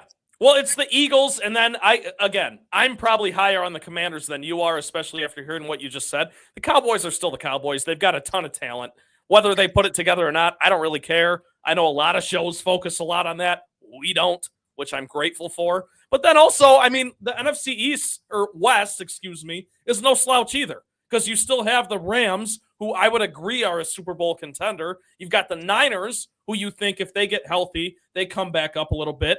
The Seahawks definitely believe in what they're doing, bringing over Sam Darnold. So there's a lot to look at there. And so I think there's a lot of quote-unquote contenders in the NFC. But, Mark, I'd agree with you that the Bucs are absolutely being slept on, and maybe that has to do with the weakness of the division. And you didn't even mention Arizona, and there are a lot of people that are high on what the Cardinals have done in the last couple of years in getting that organization going the right way. So, our poll question today is which quarterback has the most pressure on him to win a Super Bowl? And we went with 3 AFC quarterbacks: Lamar Jackson, Joe Burrow, and Josh Allen. If I were to say which quarterback in the NFC has the most pressure on him, I think it's Jared Goff without question, because with no Ben Johnson, the offense is now Jared Goff's. And he's going to institute a lot of the things that worked for them last year. The new OC is going to listen to Jared Goff. And I think Baker has pressure on him. I think Matt Stafford has pressure on him. But I think Jared Goff in the NFC may have the most pressure on him of any of the quarterbacks. That's a really good discussion, Mark. And I'm glad you brought that up because had Jalen Hurts not won it this past year, the answer might have been him. Of course. The fact that he's alleviated that, you stay in that division. I think Dak Prescott's another name that a lot of people will turn to just by default, whether that's fair or not. He's Dak Prescott. He's making $60 million a year. He's the quarterback of the Dallas Cowboys. So he's going to have that pressure too. But I'm absolutely with you that Jared Goff, the last 2 years, the Lions have eliminated same old Lions, eliminated SOL. They've won the division 2 years in a row. You got to win the big one. And they've been knocking on the door. So a little football talk here in the bonus hour, focusing on the NFC because our poll questions have really focused on AFC quarterbacks. The one question on which quarterback has the most pressure to win a Super Bowl. And then we also asked you if you had to win one game in 2025, who would you start at quarterback? ESPN had their quarter century team. Brady, Mahomes, and Manning were their 3 quarterbacks. You are choosing Tom Brady at a rate of 53%, Patrick Mahomes at 39%, and Peyton Manning getting just 8% of the vote. Josh Allen and Lamar Jackson are tied as to which quarterback has the most pressure on them to win a Super Bowl in 2025. Go to that Mark Miller, Miller_Moulton on X to vote. Today was the day when the good, the bad, and the ugly, and what's on tap. That's 25 minutes ahead right here on Miller and Moulton. American Paint Supplies, for nearly 30 years, is your one-stop shop for all your coating needs. If you are a designer, a contractor, a professional painter, or a weekend warrior, American Paint Supplies is the place where experts go to get expert solutions. At 6100 Shirley Street in Naples off of Pine Ridge, American Paint Supplies delivers the best solutions with the best products with the best support. Meet Gene and his team today at American Paint Supplies. Call 239-566-2700. That's 566-2700 or online at AmericanPaintSupplies.net. Whether you're chasing peak performance, reigniting intimacy, or simply want to feel your best, Game Day Men's Health creates customized game plans to optimize your health. Call 239-427-3441 for our Bonita Springs and Naples location to set up your free testosterone test and consultation. Mention Miller Moulton Radio Show for 10% off your service. Find your maximum self with Game Day Men's Health, Bonita Springs and Naples, Florida. Call 239-427-3441 today. Southwest Florida's scorching heat is on its way. Stay cool with Air Advantage. As a proud Rheem Pro partner, Air Advantage delivers top-notch air conditioning solutions to keep you cool and comfortable. Right now, enjoy 18 months, no interest, no payments on qualifying systems. Call 433-4635 today for expert installation and unbeatable comfort all summer long. Online at myairadvantage.com. Air Advantage. Call today, 433-4635. Honey, you want to come out? I haven't seen you since Glass Doctor installed our custom shower enclosure. No thanks. Well, you can't keep eating breakfast in the shower, and laminating your magazines is getting expensive. You remember we have guests coming over tonight, right? Oh, I'm sure they'd love to see the shower. It's our neighbors, and I highly doubt they want to be hanging out in our bathroom. The shower's so good, you'll never want to leave. Visit glassdoctor.com today and schedule an appointment online. This is Miller and Moulton.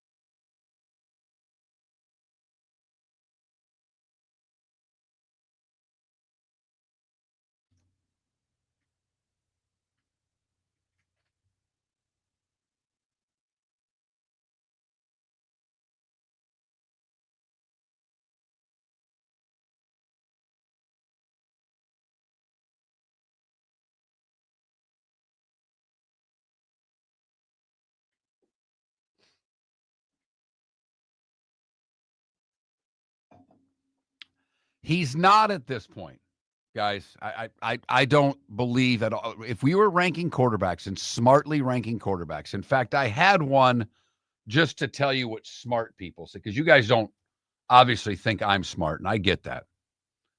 But I want to say Pro Football Focus, which a lot of people think's a pretty smart system for grading players.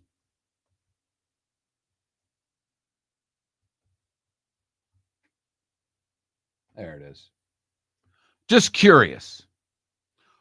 Where do you think Pro Football Focus ranks Bo Nix as to all of the starters heading into the season?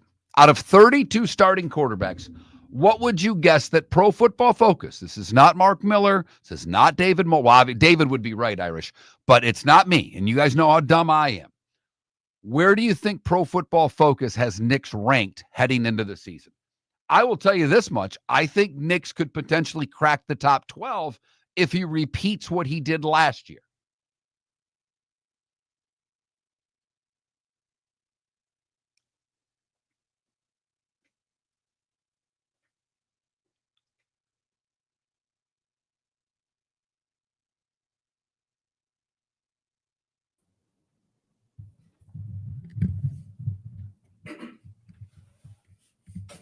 I don't want to jinx it, but this has been really fun. Good, it has. By the way, and I know Irish football disappears whenever I challenge him on a question, and that's no what problem. happened? What did I miss? Well, they have he thinks Bo Nix the top 10 quarterback. He's wrong. Ambient's wrong. He's no not way. Quarterback. No way. But I would say he has the potential. If he repeats what he did last year, heading into the 26 season, he will be a top 12 quarterback. Guaranteed. He'll be in the top third of the league. You cannot make a reasonable, respectable argument that Bo Nix is top 10. No shot. He's 19th on this list for the record. 19th. And I think that's fair. You could also argue he's even lower than that because you could argue higher for other guys. Top 10? No way. I believe Daniels is. I thought Daniels was the best quarterback coming out of the draft. We said it on this show. We did not like Caleb Williams. Jaden Daniels is special.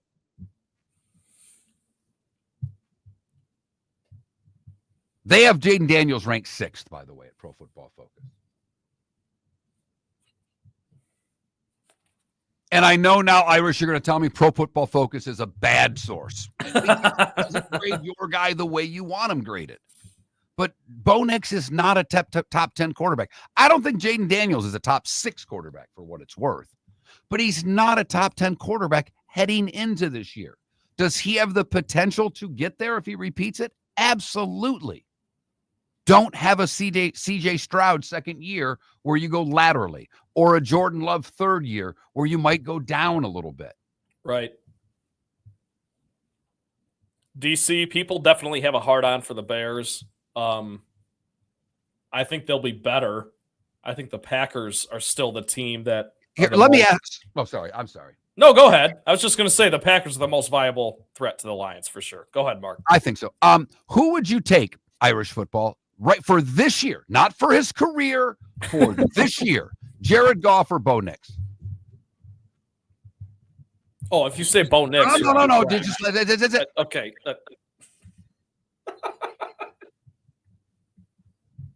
Not like I'm biased or anything.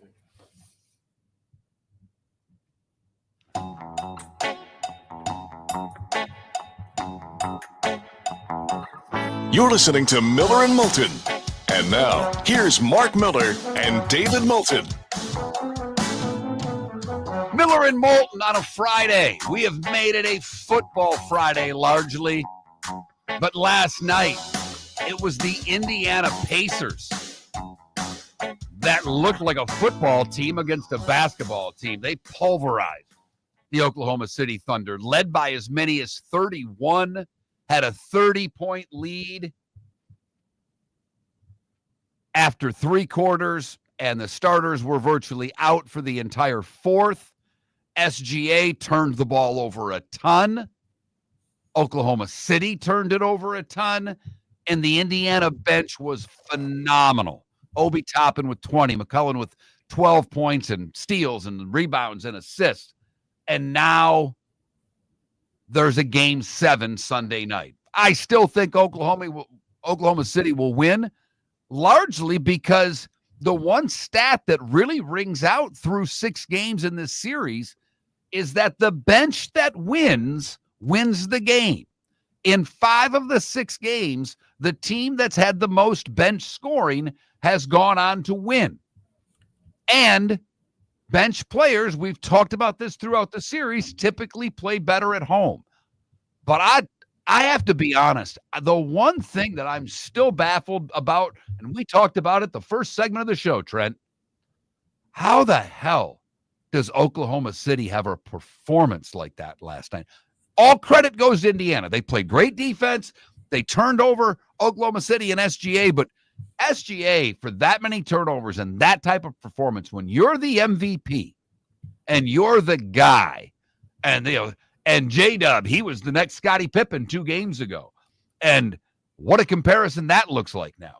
I am stunned at the effort of Oklahoma City. The blood was in the water, and they did not smell it at all. At all. And you're right, Mark. I mean, we talk about 2 deep teams that have these benches that can come alive and win a game for you. I keep bringing it up. I know Tyrese Halliburton's hurt. To only have 14 points out of your best player and still win the game and win it in that fashion speaks to how deep the Pacers are. However, the Thunder are arguably more deep. They're deeper. That's been their calling called all year. You know, they've got bodies to throw at you. And I just think we put a ton of pressure and emphasis on stars when they do horribly, and we don't give them enough credit when they do great. Or we do give them enough credit when they do great. We don't give them enough flack when they don't. And I think the way SGA performed last night, and like you said, Mark, an opportunity to clinch the first championship in your franchise's history, plays that poorly, and he was okay, but nothing spectacular, and the team gets blown out. We got to call it like we see it. So game 7 Sunday night back in Oklahoma City. The one thing we mentioned earlier, and I will mention again, Halliburton was obviously not 100% last night. Although in watching the game, did you see any limitations in that calf to you? I mean, I saw him, he didn't drive to the lane as much as he normally does. I get that. And that probably was because of the calf. But I also saw him making a couple of quick moves, going between his legs and driving around somebody that didn't look like a player who had a bad calf. But the key here is now they don't play till Sunday. Yeah. That's a lot of time. That favors him. Yeah, it really does.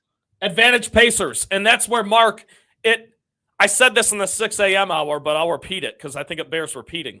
When you have a player whose biggest strength is facilitating and running that offense, you can get away with some limitation with your legs or injury, calf, whatever he's dealing with. I mean, he still had a huge impact on that game, despite not really showing up in the scoring column as much as you might expect. So that's the Pacers' strength. And I hate to keep going back to this, but it's depth and it's coaching. And that's what we're seeing here. It's a masterclass from Rick Carlisle and the Indiana Pacers. And now going into game 7, to be very clear, I think the Thunder win this series in 7. But for the Pacers to even make it 7, I mean, Mark, I picked the Pacers I picked the Thunder in 5, and I think you picked something similar. Exact same thing. Yeah. And Carlisle's done a hell of a job. And, we had Keith Smith on yesterday, and the one point he made that I agree with 100%, I asked the question, you're at game 6. How many adjustments can coaches make in game 6 of it? I mean, you've kind of shown your hand by the time you've gotten to game 6 in a series. So then it becomes effort. And somehow Carlisle was able to get the maximum effort out of his players and his bench players when you got McConnell going for 12, 9, 6, and I think he had 4 steals as well. But to your point, Halliburton had 5 assists, 1 turnover. SGA in the game had 2 assists, 8 turnovers. And the question is, can you get that same type of production out of McConnell? Is it repeatable? Are you able to get that, right? And the answer is probably no. But the Pacers have shown in this series, Mark, alone, that a guy like Benedict Mathurin can come out of the woodwork and have, 25 for you. So, I commend the depth of these teams, both of them. And the superstars have to be held to a higher standard because neither superstar, honestly, has been great in the series. And that's what I think has made the series so great, and that's why we got 7. Yeah, I thought for the Pacers to win last night. I think I said it on the air. I thought Siakam had to go 30-plus. Like, I thought the offense had to go through him, that he didn't get a lot of touches, and that was the way they were going to win. He scored 16 points. Yeah. I mean, he had 13 rebounds. He had a really nice game, but Obi Toppin with 20, making 3-pointers. I think, he was over 50% from beyond the arc. So I don't know if you can expect that in game 7, but I am fired up that we get a game 7 in one of the 2 final series as the Panthers took care of Edmonton in 6 a couple of nights ago. And you mentioned it yesterday. I'm showing everybody, I was showing my wife, Sasha Barkov banging on his neighbor's door at 5 a.m. with the Stanley Cup it makes my day even more, especially knowing the fact that they were just getting warmed up at 5 a.m. He went home for a change of clothes so they could make it to the elbow room by 8. And you've probably seen the videos now of them dousing fans from the second story of the elbow room, filling the cup up with beer and just showering fans below them. What a scene on Fort Lauderdale Beach with the Panthers celebrating the cup win, and Bennett yesterday in an interview saying, I'm not going anywhere. 3 unrestricted free agents, and Ekblad, Marchand, and Bennett. We'll see what happens to them. Bennett indicating he wants to stay. The GM Zito thinking he can keep all 3. Most of us believe he'll only be able to keep 2 of the 3. I would be comfortable if Brad Marchand gets a bunch of money to go somewhere else. Okay. But it's tough to say Marchand's your odd man out there because you want Bennett. I would do anything I could to keep. That's the guy I would try to keep. I don't know if they can afford him. He's going to get a lot in the open market. I don't know what type of hometown discount he will give the Panthers, who will have their parade on Sunday in Lauderdale. Couple of poll questions today on the show. They're quarterback-centric. Which quarterback has the most pressure to win a Super Bowl? Lamar, Josh Allen, or Joe Burrow? Right now, Lamar with a slight lead. And if you had to win one game in 2025, who would you start? Brady, Mahomes, or Manning? That Mark Miller, Miller_Moulton on X. If you miss any of the show, like Scott Bentley and Bill Bender, you can go to millerandmoulton.com to download any part of the show that you may have missed. Trent has done a great job filling in today. I think Trent will get a little more spot duty in July and August because David's already planning a couple of more days off. I'm taking 4 days in a week. David's going to just take a day here and a day there. So you may have some more of Trent Bally between now and the start of football season. So always enjoy it, Mark. Always enjoy coming back home, so to speak, and coming back to the first show that I ever worked on with you and David. It's been a blast. Love having you and doing a great job as well. Monday, we'll know who the NBA champs are. We'll know a big series between the Tigers and the Rays, more so for the Rays, who are just 2.5 back. And then a little golf this weekend as well. We'll set you all up for it, plus the good and the bad and the ugly next. With summer approaching, time to take care of your own house. So stop into the Floor Meisters and see their huge in-stock selection of carpet. The Floor Meisters has 100 rolls to choose from, starting at $2.99 a square foot for carpet, pad, and installation. Come in and ask for Dave and have him show you the Dream Weaver Select. Many styles and colors to choose from to fit everyone's taste. Floor Meisters, 6281 Naples Boulevard in Naples, right next to Costco, or go to the web, floormeisters.com. American Paint Supplies, for nearly 30 years, is your one-stop shop for all your coating needs. If you are a designer, a contractor, a professional painter, or a weekend warrior, American Paint Supplies is the place where experts go to get expert solutions. At 6100 Shirley Street in Naples off of Pine Ridge, American Paint Supplies delivers the best solutions with the best products with the best support. Meet Gene and his team today at American Paint Supplies. Call 239-566-2700. That's 566-2700 or online at AmericanPaintSupplies.net. For over 50 years, the Nolan family has been dedicated to protecting local families. Nolan Family Insurance is a second-generation independent agency that specializes in home, flood, auto, and boat insurance. They take the time needed to explain your coverage options and answer your questions so you can make an informed decision that's right for you. If you're looking for an agency that treats you like family, call 941-639-1122 or go to NolanAgency.com. That's 941-639-1122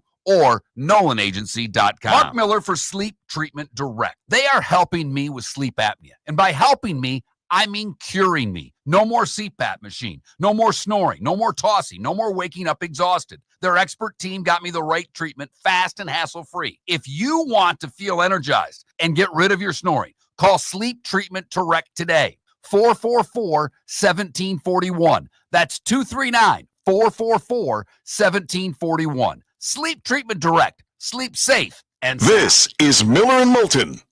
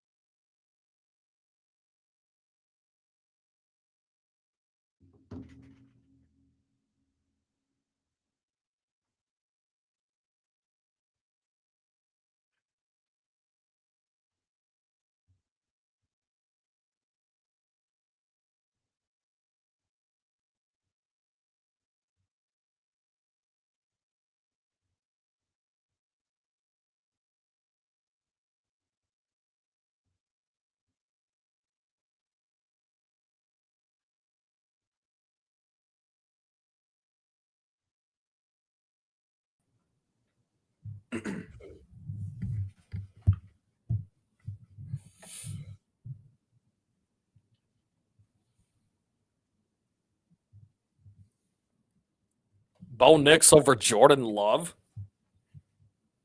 Yeah, I don't know. I look at. I was wrong about Nix going into the draft. I've admitted that 700 times. But I think you have to wait another year before you start putting Bo Nix ahead of all these quarterbacks who have established themselves. I've told you all he needs another year before I buy it. I mean, I looked up another site. They had him 15th. I think that's fair. Look at what happened to Trevor Lawrence. Right? So Irish football, I got to hand it to you. You'd take Nix over Hurts, but you know what? I'll give it to Hurts because he's won a ring. Come on, man.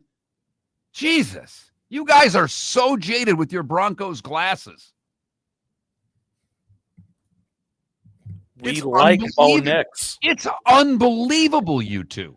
I like Bo Nix. I'm just being fair about it. I also love Jared Goff. Is he as good as Mayfield or Nix, guys? Who you taking? Baker in a heartbeat. I know you're taking him. I'm asking the two Broncos. Okay. I know what your answer is, Trent. Sorry. I like to talk. Fantasy football rankings are not ranking. They're not accurate rankings of your quarterback, of the quarterback play. Tom Brady was never a great fantasy football quarterback. Joe Burrow was probably the number one fantasy quarterback last year. Or Lamar. Maybe. My point is just, okay, great. Great stats. Didn't make the playoffs. So are we going to put Joe Burrow ahead of Patrick Mahomes or Lamar or Josh Allen? We could have the discussion, but I'm just saying.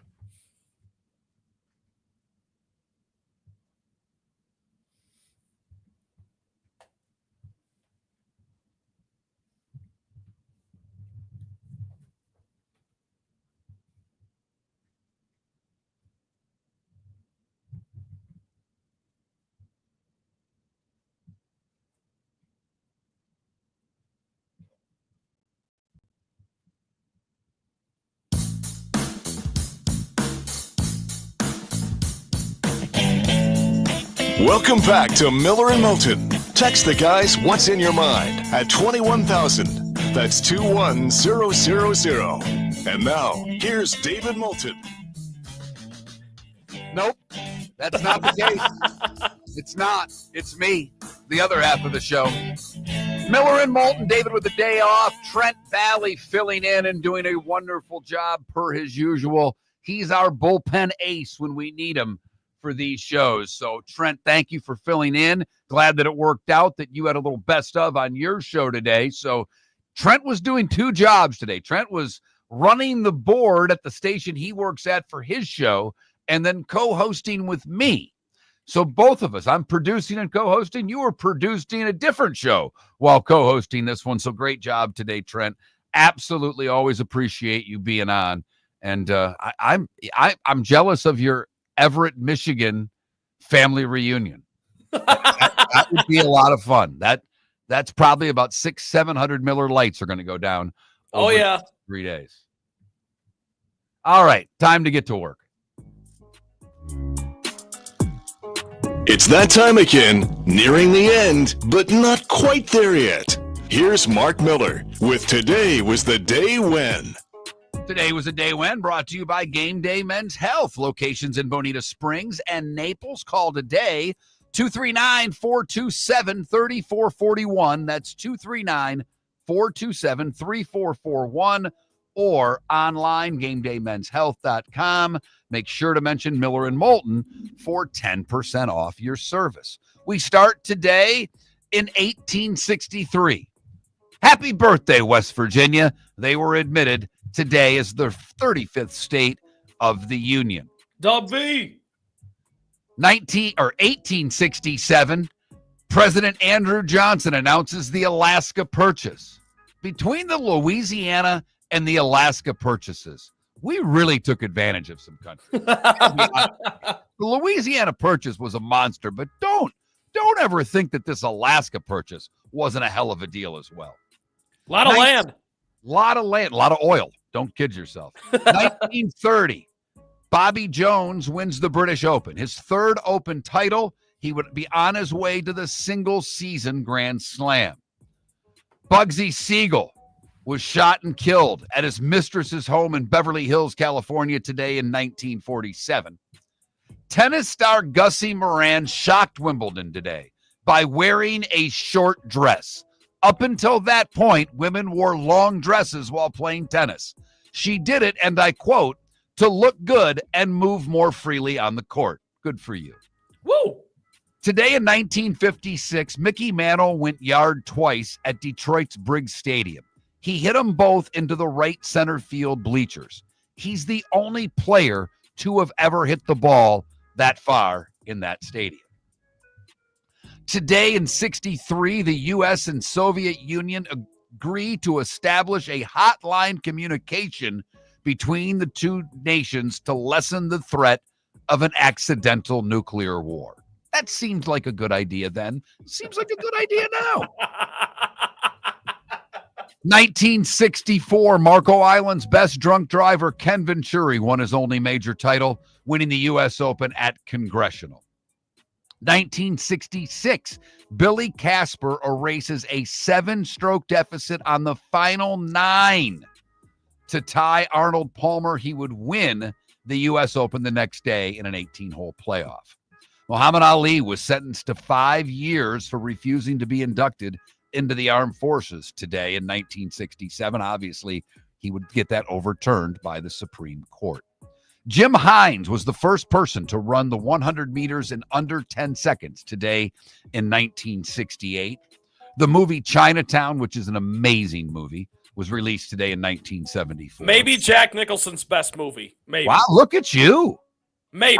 I'm amazed you've even seen it. Oh, I love that movie. As do I. It's a tremendous movie. Jaws was released 50 years ago today. Better movie. The movie that basically made everybody scared to go in the damn ocean. The first summer blockbuster. 50 years ago today. That's crazy. Today in 76, Jerry Pate hit that great 5-iron on 18 at the Atlanta Athletic Club. He would win by 2 to win his only major title at the U.S. Open. The Blues Brothers was released nationwide today in 1980. Duran and Leonard won in Montreal was today in 1980. Duran took the title from Leonard. Leonard thought he could punch with Duran, smaller ring. Duran won the fight on points. They obviously had the rematch in New Orleans, a bigger ring, and Leonard humiliated him. Today in 82, Pete Rose would become the 5th player to appear in 3,000 games. I was really excited when I did this because I thought David was going to be here, and I think there's now 10 that have played in 3,000 games. I may bring it back as a trivia question on Monday. See how many he can get. Family Feud style. Right, a little tease for you on Monday.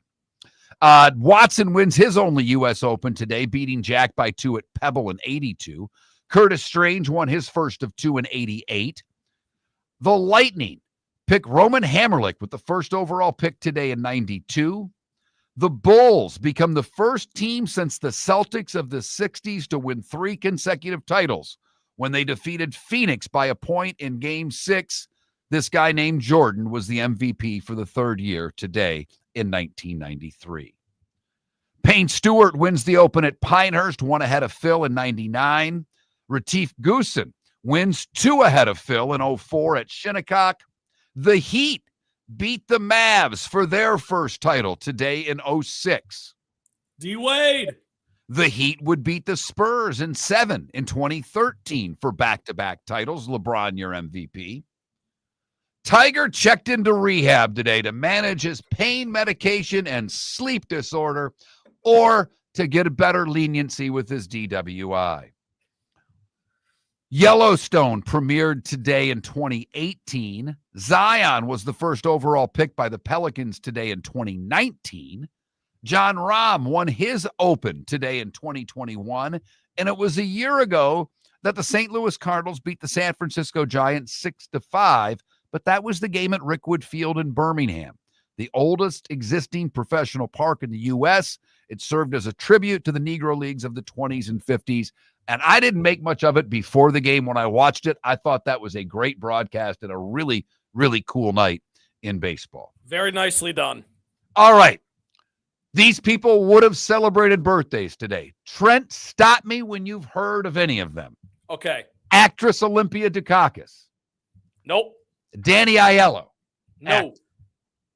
Len Dawson, quarterback. Heard of him. Okay. And Brian Wilson from the Beach Boys. I hope you've heard of him. He died like a week ago. Yes, he just died. Yes. He would have been 83. How about wrestler Terry Funk? Nope. All right. 1 for 5. Lionel Richie. Lionel Richie is 76. Heard of him? Of course. We All Are right. the World. Co-wrote it with Michael Jackson. I think Legend of the industry. you'll know, with the exception of one hockey player. John Goodman is 73. Michael Anthony, one of the most underrated backup singers ever, the bass player for Van Halen, is 71 years old today. As a bass player myself, Mark, probably my second favorite bass player ever behind Nikki Sixx and Motley Crue. I love Michael Anthony. John Taylor, the bass player from Duran Duran. He's amazing. You ever hear a Duran Duran song? Listen to the bass lines of the songs. John Taylor, 65 today. Nicole Kidman is 58. Pat Jablonski, the goaltender, is 58. LeVar Arrington, 47. Golfer Charles Howell III is 46. Darren Sproles is 42.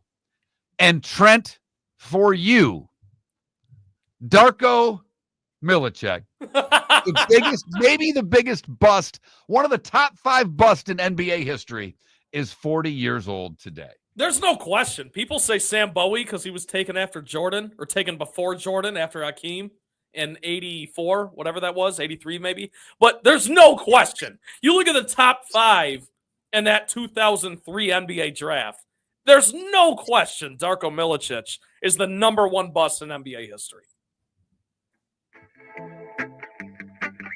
Time to see life a little bit differently. Here's Mark Miller with the good, the bad, and the ugly. What you got, Mark? Well, it's too bad that David's not here for this today, because we go to Colombia for the good, where a Colombian dairy company celebrated its 80th anniversary by having the world's largest cheese tasting event. 1,185 people gathered to eat cheese. I don't know if that's why David left and he's 2 days late for the cheese tasting, but we'll report more on Monday. For the bad, we go to Texas, where a baby spider monkey wearing a diaper was captured after running loose through a San Antonio neighborhood. The monkey, estimated to be about 6 months old, was wandering through the neighborhood on Tuesday. Animal control was able to safely capture the monkey and working to give care to the monkey. The owner was identified and cited for having a prohibited animal in the city. And finally, the ugly. We come to Florida, where in Polk County, a man got into a fight with his wife. Oh, great. And he left because he didn't want to go home to see his angry wife following a quarrel. So he broke into a house where he stayed for 4 days, cooked meals, had a bath, and when authorities arrived, there was a neighbor tasked with watching the house and noticed unusual activity going on, called police. When they arrived, he was cooking himself dinner and had just finished a bath. Wonder what he was making. No word on what he was making, but he was arrested and charged with felony unarmed burglary. And that is the good, the bad, and the ugly on today, Friday, June the 20th, here on Miller and Moulton. All right. Baseball, we've mentioned it a few times. Tigers and Rays, first of 3. That's tonight at Steinbrenner Field. Yeah. The Marlins are hosting the Braves. Phillies and Mets getting it on in Philadelphia. Those 2 teams are tied for the lead in their division. Royals and Padres, that's a pretty good series. Dodgers hosting the Nats. The Red Sox are in San Francisco. Don't you want Devers to play first base in this series? And I don't know, go like 6 for 14 in the series? Yeah, and of course. Stick it to the Red. If you're not a Red Sox fan, aren't you rooting hard for Rafi Devers to have the series of his life this weekend? Well, and even if you aren't a Red Sox fan, a lot of us hate the Red Sox in general. So, yes, of course, Mark. Travelers going on in golf, the PGA Women's Championship on the LPGA Tour, and nothing until Sunday in the NBA when we get Game 7 between the Pacers and the Oklahoma City Thunder. The Thunder flat out laid an egg last night. There's no two ways about it. Give the Pacers all the credit in the world. They obviously had to play with urgency. Their season was on the line. You lose, you don't play anymore. Oklahoma City has one more shot. Their effort was piss poor. They turned the ball over a ton. Give the Pacers credit for tough defense. But I still think Oklahoma City, when we come back on Monday, when Miller and Moulton are back in the hole on Monday, I think we're talking about Oklahoma City winning a championship. But Trent, you're the bigger hoop head of the two of us. Because I have been saying for a month, when Oklahoma City wins the whole thing, we really have to talk about them as one of the great teams of this century. 68 wins is no short order. The defensive metrics are off the charts for this team. If you want to get into the analytics, you look at what Oklahoma City's done defensively this year. It's historic. But let me flip it. If the Pacers win, is this like Golden State's great year when they got beat by the Cavs and didn't win a championship? I mean, is this one of the all-time fails if Oklahoma City doesn't get it done Sunday? Yes, and I love that angle you take, because if the Pacers win, this might be looked at more like the 2004 Pistons beating the Shaq and Kobe Lakers and Phil Jackson. It would be that level of an upset, because 2016, yes, the Warriors had a great season, but they had LeBron James on the other side, so it sort of makes sense. This feels like two teams that have had a really good season, both of them, but in different ways. But you're exactly right, Mark. The OKC Thunder won 68 games and are on the cusp of winning a championship. If they don't, they're gonna give a new definition to the word squander as it pertains to sports. I'm with you. I mean, that really, to me, is the bigger story. If Oklahoma City wins at home teams in Game 7 of the final series in the NBA are 15-4. Yep. The odds are they're going to win. They're going to be the prohibitive favorite. They're 8.5-point favorites to win the game. But the story is if they lose, measuring a collapse, losing the last two games against Indiana with a hurt Halliburton in Game 6 that they couldn't take advantage of, and now if they were to lose Game 7, I think it would be a historic collapse from a team that we think is clearly better. Yeah, me too. And that's where you get into the weeds of like 2011, the Miami Heat. And I hate to bring that up because I know a lot of the listeners are Heat fans, but we're in for a good one on Sunday. Trent, thanks, man. You did a great job as always. Miller and Moulton, have a great weekend. We'll be back on Monday. American Paint Supplies, for nearly 30 years, is your one-stop shop for all your coating needs. If you are a designer, a contractor, a professional painter, or a weekend warrior, American Paint Supplies is the place where experts go to get expert solutions. At 6100 Shirley Street in Naples off of Pine Ridge, American Paint Supplies delivers the best solutions with the best products with the best support. Meet Gene and his team today at American Paint Supplies. Call 239-566-2700. That's 566-2700 or online at AmericanPaintSupplies.net. Summer approaching, time to take care of your own house. So stop into the Floor Meisters and see their huge in-stock selection of carpet. The Floor Meisters has 100 rolls to choose from, starting at $2.99 a square foot for carpet, pad, and installation. Come in and ask for Dave and have him show you the Dream Weaver Select. Many styles and colors to choose from to fit everyone's taste. Floor Meisters, 6281 Naples Boulevard in Naples, right next to Costco, or go to the web, floormeisters.com. Mark Miller for Sleep Treatment Direct. They are helping me with sleep apnea. And by helping me, I mean curing me. No more CPAP machine, no more snoring, no more tossing, no more waking up exhausted. Their expert team got me the right treatment, fast and hassle-free. If you want to feel energized and get rid of your snoring, call Sleep Treatment Direct today.